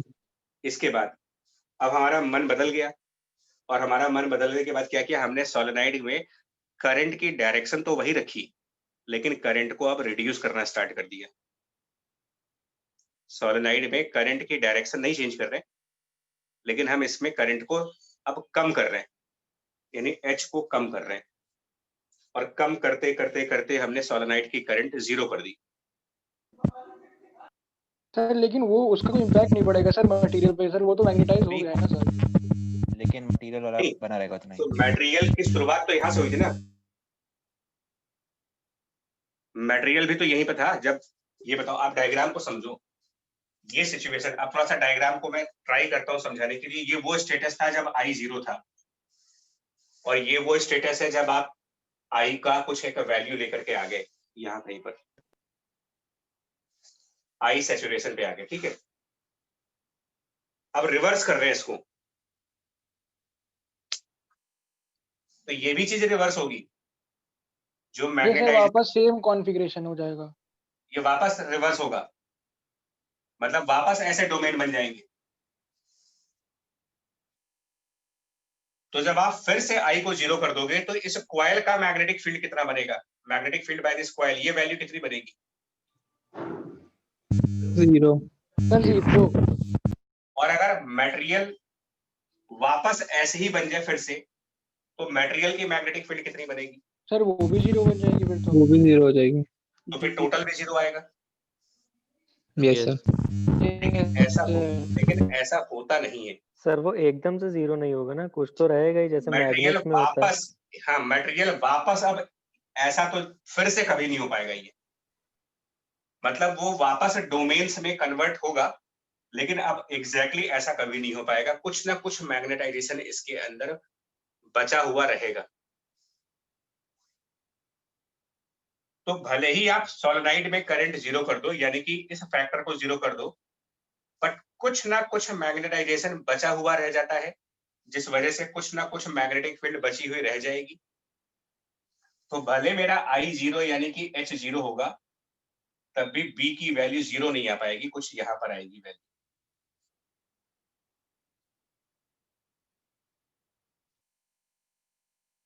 और इसको कहते हैं रिटेंटिविटी। रिटेंटिविटी मतलब जो मैग्नेटिक फील्ड रिटेन रह गई है।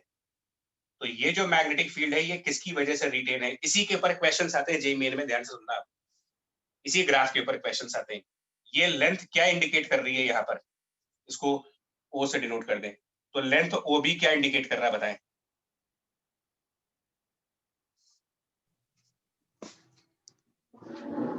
क्या ये परमेबिलिटी सर ये of a material. Mu naught M को इंडिकेट नहीं कर रहा? Yes sir. Yes sir. ये लेंथ मैग्नेटिक फील्ड को रिप्रेजेंट कर रही। उस समय जब आई 0 हो चुका है तो क्वाइल का कंट्रीब्यूशन तो खत्म हो गया, तो जो भी मैग्नेटिक फील्ड है वो मटेरियल की वजह से है। तो क्वेश्चंस में ना यहाँ पर कुछ वैल्यू दी जाती है, उसको म्यू नॉट से डिवाइड करके तुम ये निकाल सकते हो कि कैपिटल एम कितना होगा, यानी कि magnetic moment per unit volume. इसीलिए बोल रहा हूँ इसको आज ही अगर क्वेश्चन लगाओगे तो फायदा होगा, वरना फिर भूल जाओगे ये सब। और किसी भी बुक में ये समझाया हुआ नहीं है, इस तरीके से तो नहीं समझाएंगे कोई भी।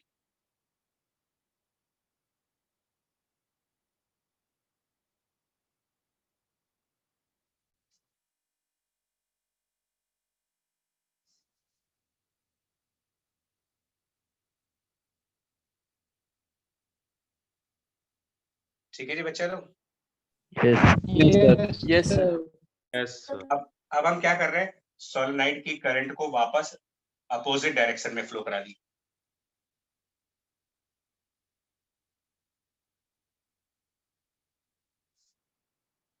अब क्या रिजल्ट बनेगा यार?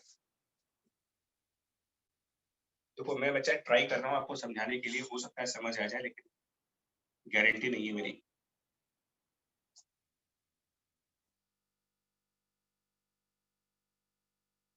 हम मटेरियल दिखा रहे हैं और इसके चारों तरफ सिर्फ एक क्वाइल दिखा दे रहे, एक लूप दिखा देंगे, आप समझ जाना। तो सबसे पहले मैंने कहा था कि आई 0 था और इसका मैग्नेटाइजेशन भी 0 था, तो मैग्नेटिक फील्ड बी 0 हुआ। सबसे पहले ये बात आई। फिर हमने क्या किया, हमने इस करंट आई को इंक्रीज किया, ठीक, हमने इस करंट आई को बढ़ाया और सैचुरेशन तक गए। करंट आई को बढ़ा करके सैचुरेशन तक गए तो इसका मैग्नेटिक मोमेंट सैचुरेट हो गया।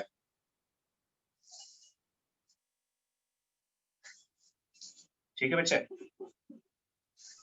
और किधर सैचुरेट होगा देखो, अगर आप इस क्वाइल में जिस तरीके से मैंने करंट दिखाई है, तो क्वाइल का मैग्नेटिक मोमेंट, इस क्वाइल का मैग्नेटिक मोमेंट लेफ्ट साइड आएगा। Yes sir. यस उसको एच कहेंगे। तो मटेरियल भी उसी डायरेक्शन में मैग्नेटाइज होगा, मतलब इसके एटम्स का मैग्नेटिक मोमेंट और बाहर के क्वाइल का मैग्नेटिक मोमेंट सेम डायरेक्शंस में। ठीक है यहाँ तक? Yes sir. और अब हमने उसी डायरेक्शन में करंट को रिड्यूस किया, डायरेक्शन ऑफ करंट चेंज नहीं कर रहे हम, वापस आई इक्वल टू 0 पर आ गए वापस। लेकिन तो एच तो 0 हो गया, मतलब क्वाइल का तो मैग्नेटिक मोमेंट 0 हो गया, लेकिन कुछ ना कुछ मैग्नेटाइजेशन बचा रहेगा। बी 0 नहीं, कुछ मटेरियल कुछ मैग्नेटाइज रह चुका है, बचा हुआ है, एम 0 नहीं हो पा रहा है, और इसकी वजह से अंदर कुछ मैग्नेटिक फील्ड रह गई, वो आप यहाँ पर रिप्रेजेंट कर रहे हो। अब तो ठीक है? Yes, sir. Yes sir. ठीक है, तो ये मेरा पहला वाला ग्राफ पॉइंट ओ का है, दूसरा वाला डायग्राम पॉइंट ए को रिप्रेजेंट कर रहा है, तीसरा वाला डायग्राम पॉइंट बी को रिप्रेजेंट कर रहा है। अब हम क्या कर रहे हैं, हम इसमें दूसरी डायरेक्शन में करंट फ्लो करा रहे हैं। हम अपने क्वाइल में अपोजिट डायरेक्शन में करंट फ्लो करा रहे हैं, पहले के अपोजिट। तो क्या होगा, मटेरियल की मैग्नेटाइजेशन तो लेफ्ट साइड है, लेकिन अगर हम करंट का डायरेक्शन बदल देंगे तो हमारे क्वाइल का मैग्नेटिक मोमेंट राइट साइड आ जाएगा। समझ रहे? Yes, sir. और Yes, कभी sir. कभी तो कभी ना कभी तो ऐसा होगा कि ये दोनों एक दूसरे को क्या कर दें, Cancel. Cancel out हो गया. तब अंदर टोटल मैग्नेटिक फील्ड कितनी होगी? 0. Zero. तो यही ग्राफ नीचे आएगा ऐसे, और ये वो पॉइंट सी हो गया. Point C is the point where magnetic moment of the material and the magnetic moment of the outside coil are cancelling each other. यानी ये लेंथ क्या इंडिकेट कर रहा है? ये लेंथ क्या इंडिकेट कर रहा है? सर इतनी मैग्नेटिक फील्ड लगी टोटल मैग्नेटिक फील्ड को कैंसिल आउट करने के लिए. मतलब यहाँ पर टोटल मैग्नेटिक फील्ड 0 है, तो क्या मटेरियल मैग्नेटाइज है या नहीं है? पॉइंट सी पर मटेरियल मैग्नेटाइज है या नहीं है? है, क्योंकि टोटल मैग्नेटिक फील्ड 0 हुई है, यानी जो मैग्नेटिक फील्ड कॉइल प्रोड्यूस कर रहा होगा उसी के बराबर मटेरियल, मतलब कुछ लोग बोल रहा हूं आपसे, मतलब लिटरली बता रहा हूं, आप सुन के देखिएगा, सैकड़ों वीडियोस में ये बात कही गई है कि इस पॉइंट पर मटेरियल का मैग्नेटाइजेशन खत्म हो जाता है, ऐसा बोलते हैं. मतलब इतना गलत बोला हुआ है. मटेरियल का मैग्नेटाइजेशन अगर खत्म हो जाता है तो मैग्नेटिक फील्ड कैसे 0 हो जाती? क्योंकि अगर मटेरियल की मैग्नेटाइजेशन खत्म हो गई तो कॉइल के करंट की तो मैग्नेटिक फील्ड आएगी.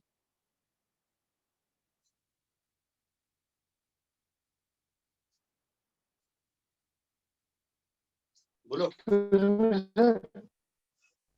सर जब हम लोग ने एच का मतलब जो एक्स का डायरेक्शन चेंज हुआ है सर, तो उसी की डायरेक्शन में तो बाकी सारे डोमेन्स भी तो होंगे सर.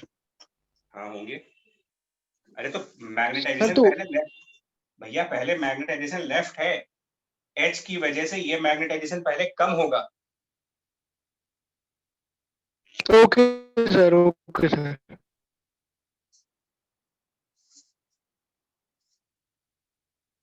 ये डिफिकल्ट है थोड़ा यार, ये समझना बहुत टफ काम है एक्चुअली. ये जो ओबी आप देख रहे हैं ना, ओबी, इसको रिटेंटिविटी का नाम दिया गया है.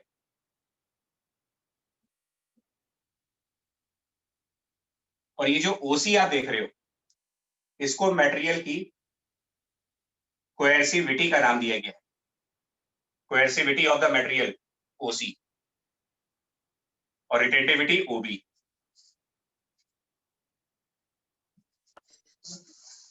ओबी mu naught into capital M को इंडिकेट कर रहा है और ओसी एन इंटू आई को इंडिकेट कर रहा है सोलेनोइड के केस में.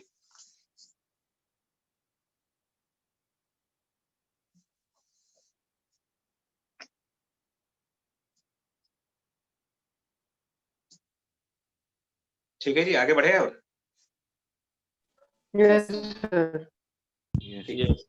अब हम इस रिवर्स करंट को और ज्यादा बढ़ाएंगे, इस रिवर्स करंट को और ज्यादा बढ़ाएंगे, और तब तक बढ़ाएंगे जब तक कि ये मैग्नेटाइजेशन वापस इस एच की डायरेक्शन में सैचुरेट न हो जाए. यानी ये ग्राफ अब वापस नीचे की तरफ आएगा, फिर सैचुरेशन पॉइंट आएगा दूसरी डायरेक्शन में, और फिर इस प्रोसेस को रिपीट करेंगे. तो जैसे यहाँ पर कुछ पॉइंट पर रिटेंटिविटी थी, यहाँ पर कुछ रिटेंटिविटी आएगी, और ये ग्राफ आगे जाकर के ना वापस जब पूरा साइकिल रिपीट करते हैं तो फिर ए पर आ जाते हैं. ये कुछ मिलाकर ऐसा ग्राफ बनता है. अब वो जगह नहीं थी इसलिए मैंने जल्दी किया है, मतलब यही काम, जो काम यहाँ से हुआ है यही काम अब दूसरे डायरेक्शन में होगा.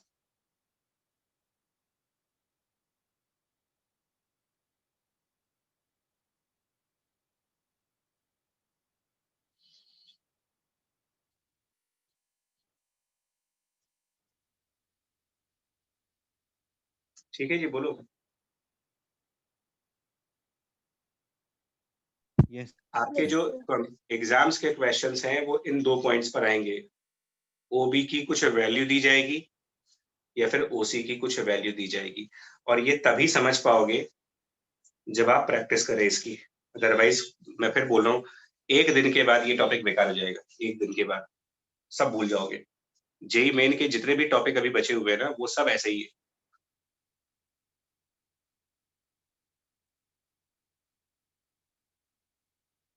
और ये पूरा कहलाता है मैग्नेटाइजेशन कर्व या हिस्टेरेसिस लूप।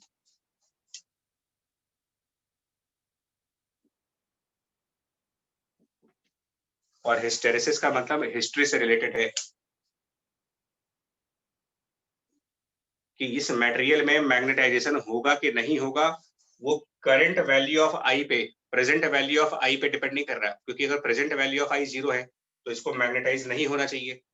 लेकिन क्योंकि पास्ट में मैग्नेटाइज हो चुका था ये, मतलब पुनर्जन्म में बिलीव करने वाला कह सकते हो कि पहले मैग्नेटाइजेशन था, तो पहले की चीज अभी भी बची हुई है, इसकी पास्ट कंटिन्यू कर रहा है, अपने पास्ट को कंटिन्यू कर रहा है, इसी को हिस्ट्री बोलते हैं। दैट इसकी प्रॉपर्टी इसके पास्ट पर भी डिपेंड करती है कि पहले ये मैग्नेटाइज था कि नहीं था। खैर, हमारे लिए न्यूमेरिकल के लिए 2 पॉइंट्स बड़े इंपॉर्टेंट, ओपी और ओसी। सर वो जो नीचे अपोजिट साइड है उसमें एम की डायरेक्शन लेफ्ट साइड की बता तो रहा हूँ, ये एम तो पहले वाला मैग्नेटाइजेशन अभी बचा हुआ है ना, तो जब तक ये खत्म नहीं होगा ना भाई, लेफ्ट साइड पर मैग्नेटाइजेशन है तो पहले इसको हम 0 पे लाएंगे। तो ऐसा नहीं है कि करंट रिवर्स कर दोगे और कोई भी वैल्यू ऑफ करंट लेकर के आ जाओगे तो ये खत्म हो जाएगा।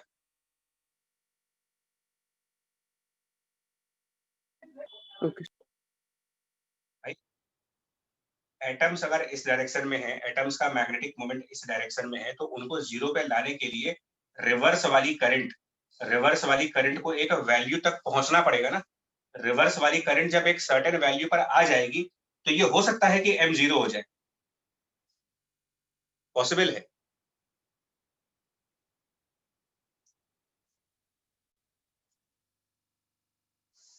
देखो,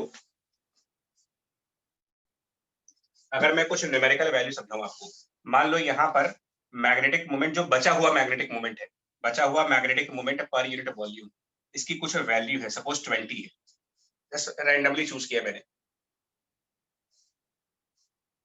तो इस 20 को 0 पे लाने के लिए मुझे कितना रिवर्स करंट चाहिए, कितनी रिवर्स करंट लाए ताकि ये 20 0 हो जाए, मतलब कि मटेरियल पूरी तरीके से अनमैग्नेटाइज हो जाए।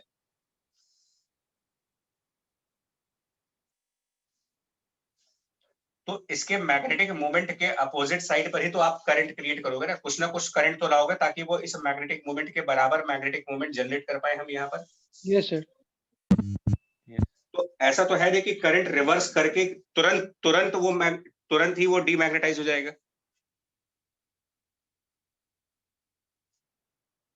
फिर 2 पॉइंट्स लास्ट के बचे हुए हैं, वो देखो।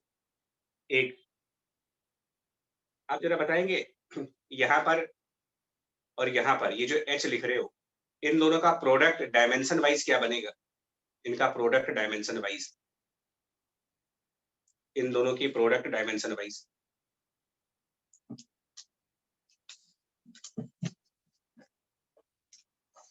ये क्या ये चीज मैग्नेटिक फील्ड पर यूनिट वॉल्यूम कह सकते हैं क्या? डायमेंशन वाइज क्या इसकी डायमेंशन मैग्नेटिक फील्ड पर यूनिट वॉल्यूम कह सकते हैं? Upon mu naught.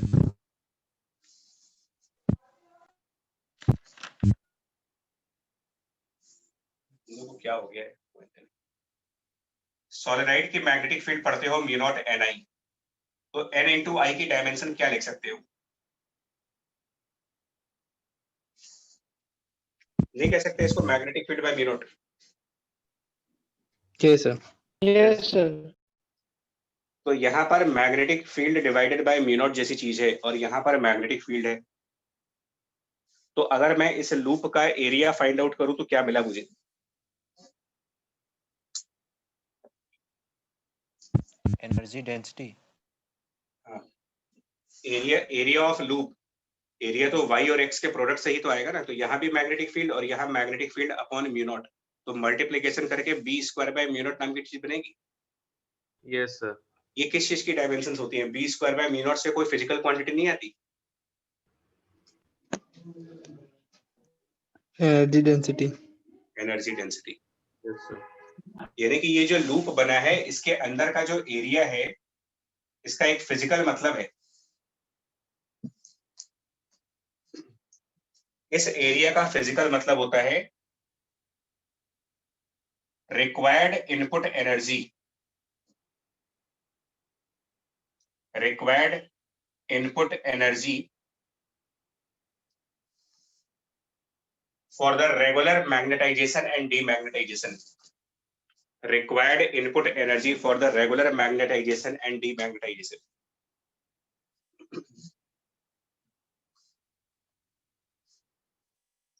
और ये रिक्वायरमेंट कौन पूरी करेगा? मटेरियल को मैग्नेटाइज करना और डीमैग्नेटाइज करने के लिए एनर्जी की जो जरूरत है वो sir input current, current input वो जरूरत करंट पूरी होगी, वो जरूरत पूरी होगी इस करंट को सप्लाई करने वाली बैटरी से, मतलब कि सोर्स ऑफ ईएमएफ से। यानी इस ईएमएफ के ऊपर एक लोड बनेगा, इसके ऊपर एक्स्ट्रा लोड आ गया एनर्जी सप्लाई करने का, और इसी को हिस्टेरेसिस लॉस कहा जाता है।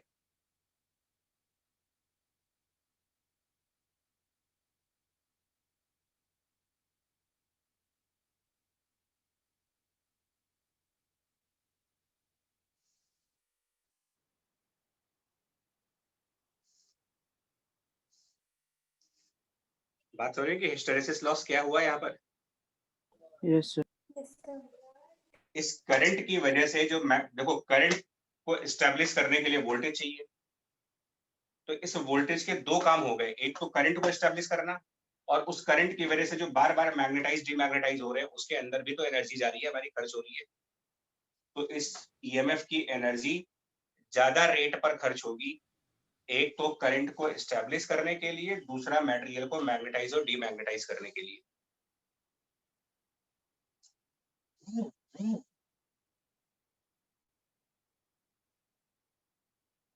और वो चीज इस ग्राफ के एरिया से रिप्रेजेंट की जाती है। मतलब हमें कैसा चाहिए, इसका मतलब हमारा ये एरिया कम चाहिए या ज्यादा चाहिए? अगर कम चाहिए। कम चाहिए। पर इसीलिए पूछते हैं कि ट्रांसफार्मर की कोर, गैल्वेनोमीटर की कोर सॉफ्ट आयरन की क्यों बनाते हैं? सॉफ्ट आयरन का क्या मतलब होता है? सॉफ्ट और हार्ड आयरन क्या होते हैं? सर वो आसानी से मैग्नेटाइज हो जाए तो उसमें एनर्जी लॉस कम होगा। मतलब वो पतला होता है। देखो जिसका हिस्टेरेसिस लूप पतला सा होगा, स्लिम ट्रिम, वो सॉफ्ट मटेरियल है, और जिसका हिस्टेरेसिस कर्व मोटा तगड़ा है वो हार्ड मटेरियल है।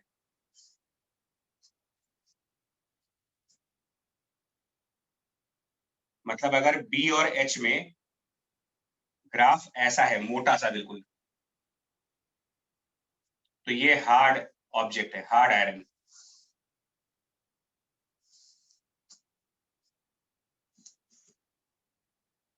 और वहीं पर अगर बी और एच में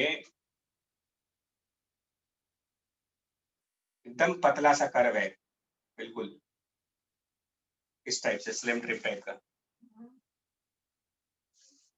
तो ये कहते हैं कि ये सॉफ्ट मटेरियल है। तो जितना पतला कर्व होगा उसके अंदर का एरिया उतना ही कम होगा, यानी कि सॉफ्ट मटेरियल्स में, सॉफ्ट फेरोमैग्नेटिक सब्सटेंसेस के लिए हिस्टेरेसिस लॉस कम रहेगा, हार्ड फेरोमैग्नेटिक सब्सटेंसेस के लिए हिस्टेरेसिस लॉस ज्यादा होगा। इसीलिए सॉफ्ट आयरन कोर की जरूरत पड़ती है। और वो बाकी केमिस्ट्री का प्रोसेस है कि सॉफ्ट आयरन तैयार कैसे करेंगे।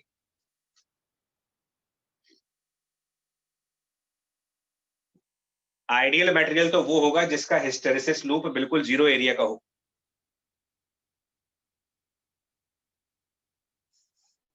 इसके ऊपर क्वेश्चन पूछते हैं, जब मेंस में तो आपके इसी के ऊपर पूछेंगे, बोर्ड वाले तो ये सब पूछा करते हैं, ये सब पूछते हैं वो।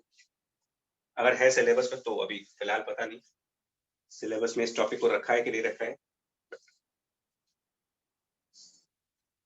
है आइडिया कोई, मतलब है सिलेबस में या वो सर पढ़ाया तो है 30% स्कूल में। कि 30% में बलिदान हो गया इसका? तो पढ़ा तो था। अच्छा, तो मतलब पढ़ाया था अच्छा, बट चांस है कि हट गया है क्योंकि टेस्ट में नहीं था जहाँ तक याद है। मेंस में तो है ना, मेंस के सिलेबस को चेंज कहाँ किया इन्होंने? सर यस सर जो मीन्स एचआरडी मिनिस्टर है उन्होंने कहा था कि जितने भी बोर्ड्स हैं उनमें जितना भी सिलेबस रिड्यूस हुआ है उसको पूरा देखते हुए ऐसा पेपर बनाया जाएगा कि मतलब कुछ out of the syllabus type नहीं होगा। उनकी वर्डिंग थी ऐसी। चलो बोर्ड में करोगे, मेंस में थोड़ी कर पाओगे, और वो तो ये पूछेगी आपसे। सर एक ऐसी भी चीज होती है जिसमें उसकी कोर्सिविटी कम होनी चाहिए और रिटेंटिविटी ज्यादा होनी चाहिए। बता रहे वो सब आएगा, हाँ बताते, 1 मिनट सुनो बच्चे बता रहे। एक और बात और है, ये जो बी और एच का ग्राफ देख रहे हो, इसकी स्लोप कुछ रिप्रेजेंट करेगी क्या? क्या इसके स्लोप से कुछ आइडिया लग रहा है आपको? चेक करके देखो ना, बी और एच का स्लोप कुछ बता रहा है क्या मुझे? Mu naught. सर पर म्यू नॉट। Relative permittivity. आप डाया और पैरा वाले से देखो, डाया और पैरा वाले से आपको ज्यादा बेटर समझ आएगा। डाया और पैरा में हम लोगों ने एक रिलेशन पढ़ा था कि B was equals to mu naught into 1 plus chi और इंटू एच, ऐसा कुछ पढ़ा था हमने डाया और पैरा के लिए। Yes sir. Yes sir. Yes तो मोटा मोटा रिलेशन तो वैसा ही होगा बट लीनियर नहीं होगा, बस इतना फर्क है कि लीनियर रिलेशन नहीं आएगी। तो बी और एच की स्लोप किस चीज को रिप्रेजेंट करती है? परमेबिलिटी। परमेबिलिटी। रिलेटिव। ये पूरा रिप्रेजेंट करता है यार वो, ये चीज। यस सर सबको। Mu naught into mu R. हाँ, मतलब किसी भी पॉइंट पर अगर आप इसका टेंजेंट बना करके स्लोप ड्रॉ कर दें तो ये स्लोप आपको आइडिया देता है इसके मैग्नेटिक ससेप्टिबिलिटी का या फिर रिलेटिव परमेबिलिटी का। यानी कि स्लोप अगर ज्यादा है, स्लोप ज्यादा है तो परमेबिलिटी ज्यादा है, स्लोप कम है तो परमेबिलिटी कम है। अब आप बताओ हार्ड और सॉफ्ट में किसकी परमेबिलिटी ज्यादा है?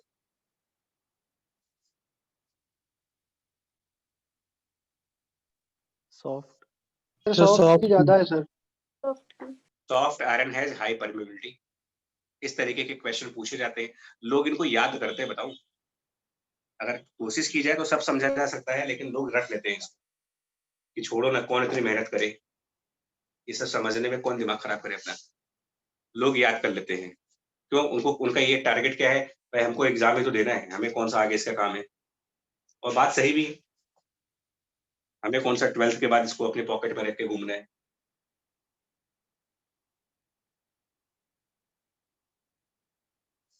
तो जितने सॉफ्ट हैं उनकी परमेबिलिटी ज्यादा है, जितने हार्ड है उनकी परमेबिलिटी लो है। आपसे पूछते हैं कि परमानेंट मैग्नेट किसके होने चाहिए, सॉफ्ट के या हार्ड के? ये पूछते हैं परमानेंट मैग्नेट का मटेरियल कैसा होना चाहिए। सर जिसकी रिटेंटिविटी ज्यादा हो। हार्ड। जिसका ये ज्यादा हो रिटेंटिविटी, कि एक्सटर्नल करंट 0 होने के बाद भी कुछ मैग्नेटिज्म बचे उसमें, ये तो होना चाहिए उसमें। जिसकी रिटेंटिविटी कैसी होनी चाहिए, ज्यादा ज्यादा। होनी चाहिए। ज्यादा। और उसकी कोएर्सिविटी भी ज्यादा होनी चाहिए कि आप उस मतलब मैग्नेटिक फील्ड जल्दी से 0 ना कर पाए आप। परमानेंट मैग्नेट का मतलब क्या है, मैग्नेटिक फील्ड 0 ना हो पाए, सर हार्ड होंगे। तो वो हार्ड होना चाहिए। यानी लो परमेबिलिटी होनी चाहिए कि हाई परमेबिलिटी होनी चाहिए? लो। सर लो। लो। देखो सब आपस में कनेक्टेड है, अगर समझ के करोगे तो सब चीजें कनेक्टेड है, याद रटना नहीं पड़ेगा। बाकी चॉइस आप लोग की भाई, क्योंकि मेरे इतना समझाने के बावजूद भी आप लोग करोगे वही जो आपको अच्छा लगेगा।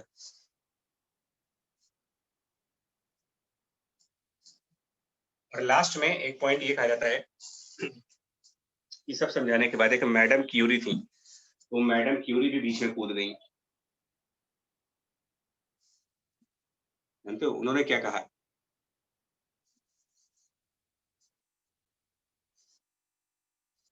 ये सब कुछ कहानी खत्म हुई तो पता नहीं साइंटिस्टों को कुछ ना कुछ तो कीड़ा काटता ही रहता है, मतलब सबको कुछ ना कुछ बोलना है।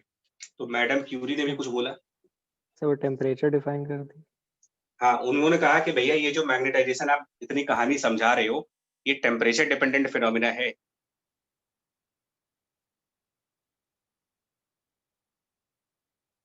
मतलब एक सर्टेन टेम्परेचर के बियॉन्ड फेरोमैग्नेटिक सब्सटेंस पैरा बन जाता है।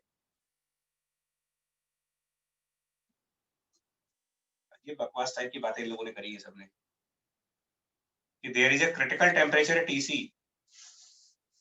After which the material is paramagnetic and before that it is ferromagnetic.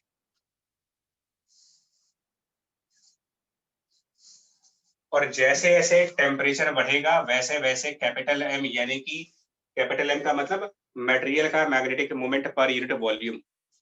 तो जैसे जैसे आप टेम्परेचर बढ़ाओगे, दुनिया को पता है कि टेम्परेचर बढ़ने पर एंट्रोपी बढ़ती है। एंट्रोपी बढ़ने का मतलब रैंडमनेस बढ़ेगी। रैंडमनेस बढ़ेगी तो फिर ये जो मैग्नेटाइजेशन है ये कम होता जाएगा, क्योंकि मैग्नेटाइजेशन अलाइनमेंट की वजह से आता है। Increase in temperature, increase in randomness, increase in entropy. तो इनका कहना है कि टेम्परेचर बढ़ाते जाओगे, मैग्नेटाइजेशन रिड्यूस करता जाएगा और क्रिटिकल टेम्परेचर पर 0 हो जाएगा। इधर फेरो वाला मटेरियल है, इधर पैरा वाला है।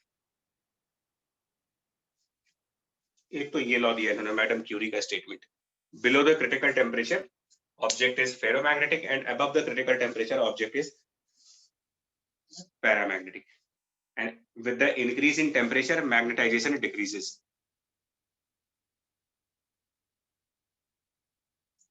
इसको क्रिटिकल टेम्परेचर कह लीजिए, क्यूरी टेम्परेचर कह लीजिए, जो नाम देना है दे लीजिए। क्यूरी टेम्परेचर भी नाम दे सकते हो।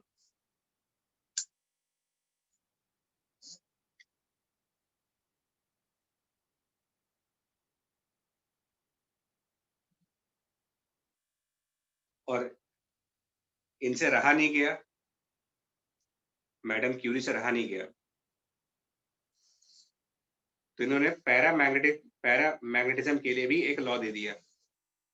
इनसे रहा नहीं गया तो उन्होंने कहा कि जो पैरामैग्नेटिक सब्सटेंसेस होते हैं उनका magnetic moment per unit volume is equal to some constant into B naught divided by capital T. इसको क्यूरी लॉ बोल दिया गया। क्या मतलब हुआ? अब ये सब रट डालो भाई। Magnetic moment per unit volume proportional to the external magnetic field. B naught से हम एक्सटर्नल बोलेंगे, जहां पर सिर्फ बी लिखेंगे वो टोटल है और जहां बी नॉट लिख रहे हैं वो एक्सटर्नल है। तो पैरामैग्नेटिक का magnetic moment external magnetic field के प्रोपोर्शन में है और टेम्परेचर के इनवर्स प्रोपोर्शन में है with a constant Curie constant. ये दो बातें याद रख लीजिए, इनके ऊपर क्वेश्चंस कभी आए तो नहीं है और भगवान करे ना आए, है ना।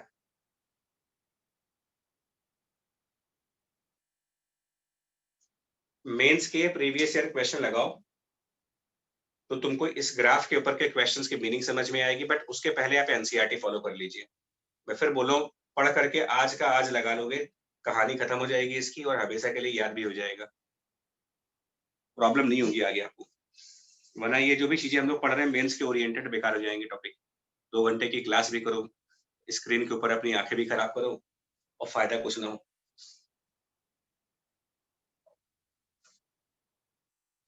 मैक्सिमम आज या कल में पढ़ लो इसको।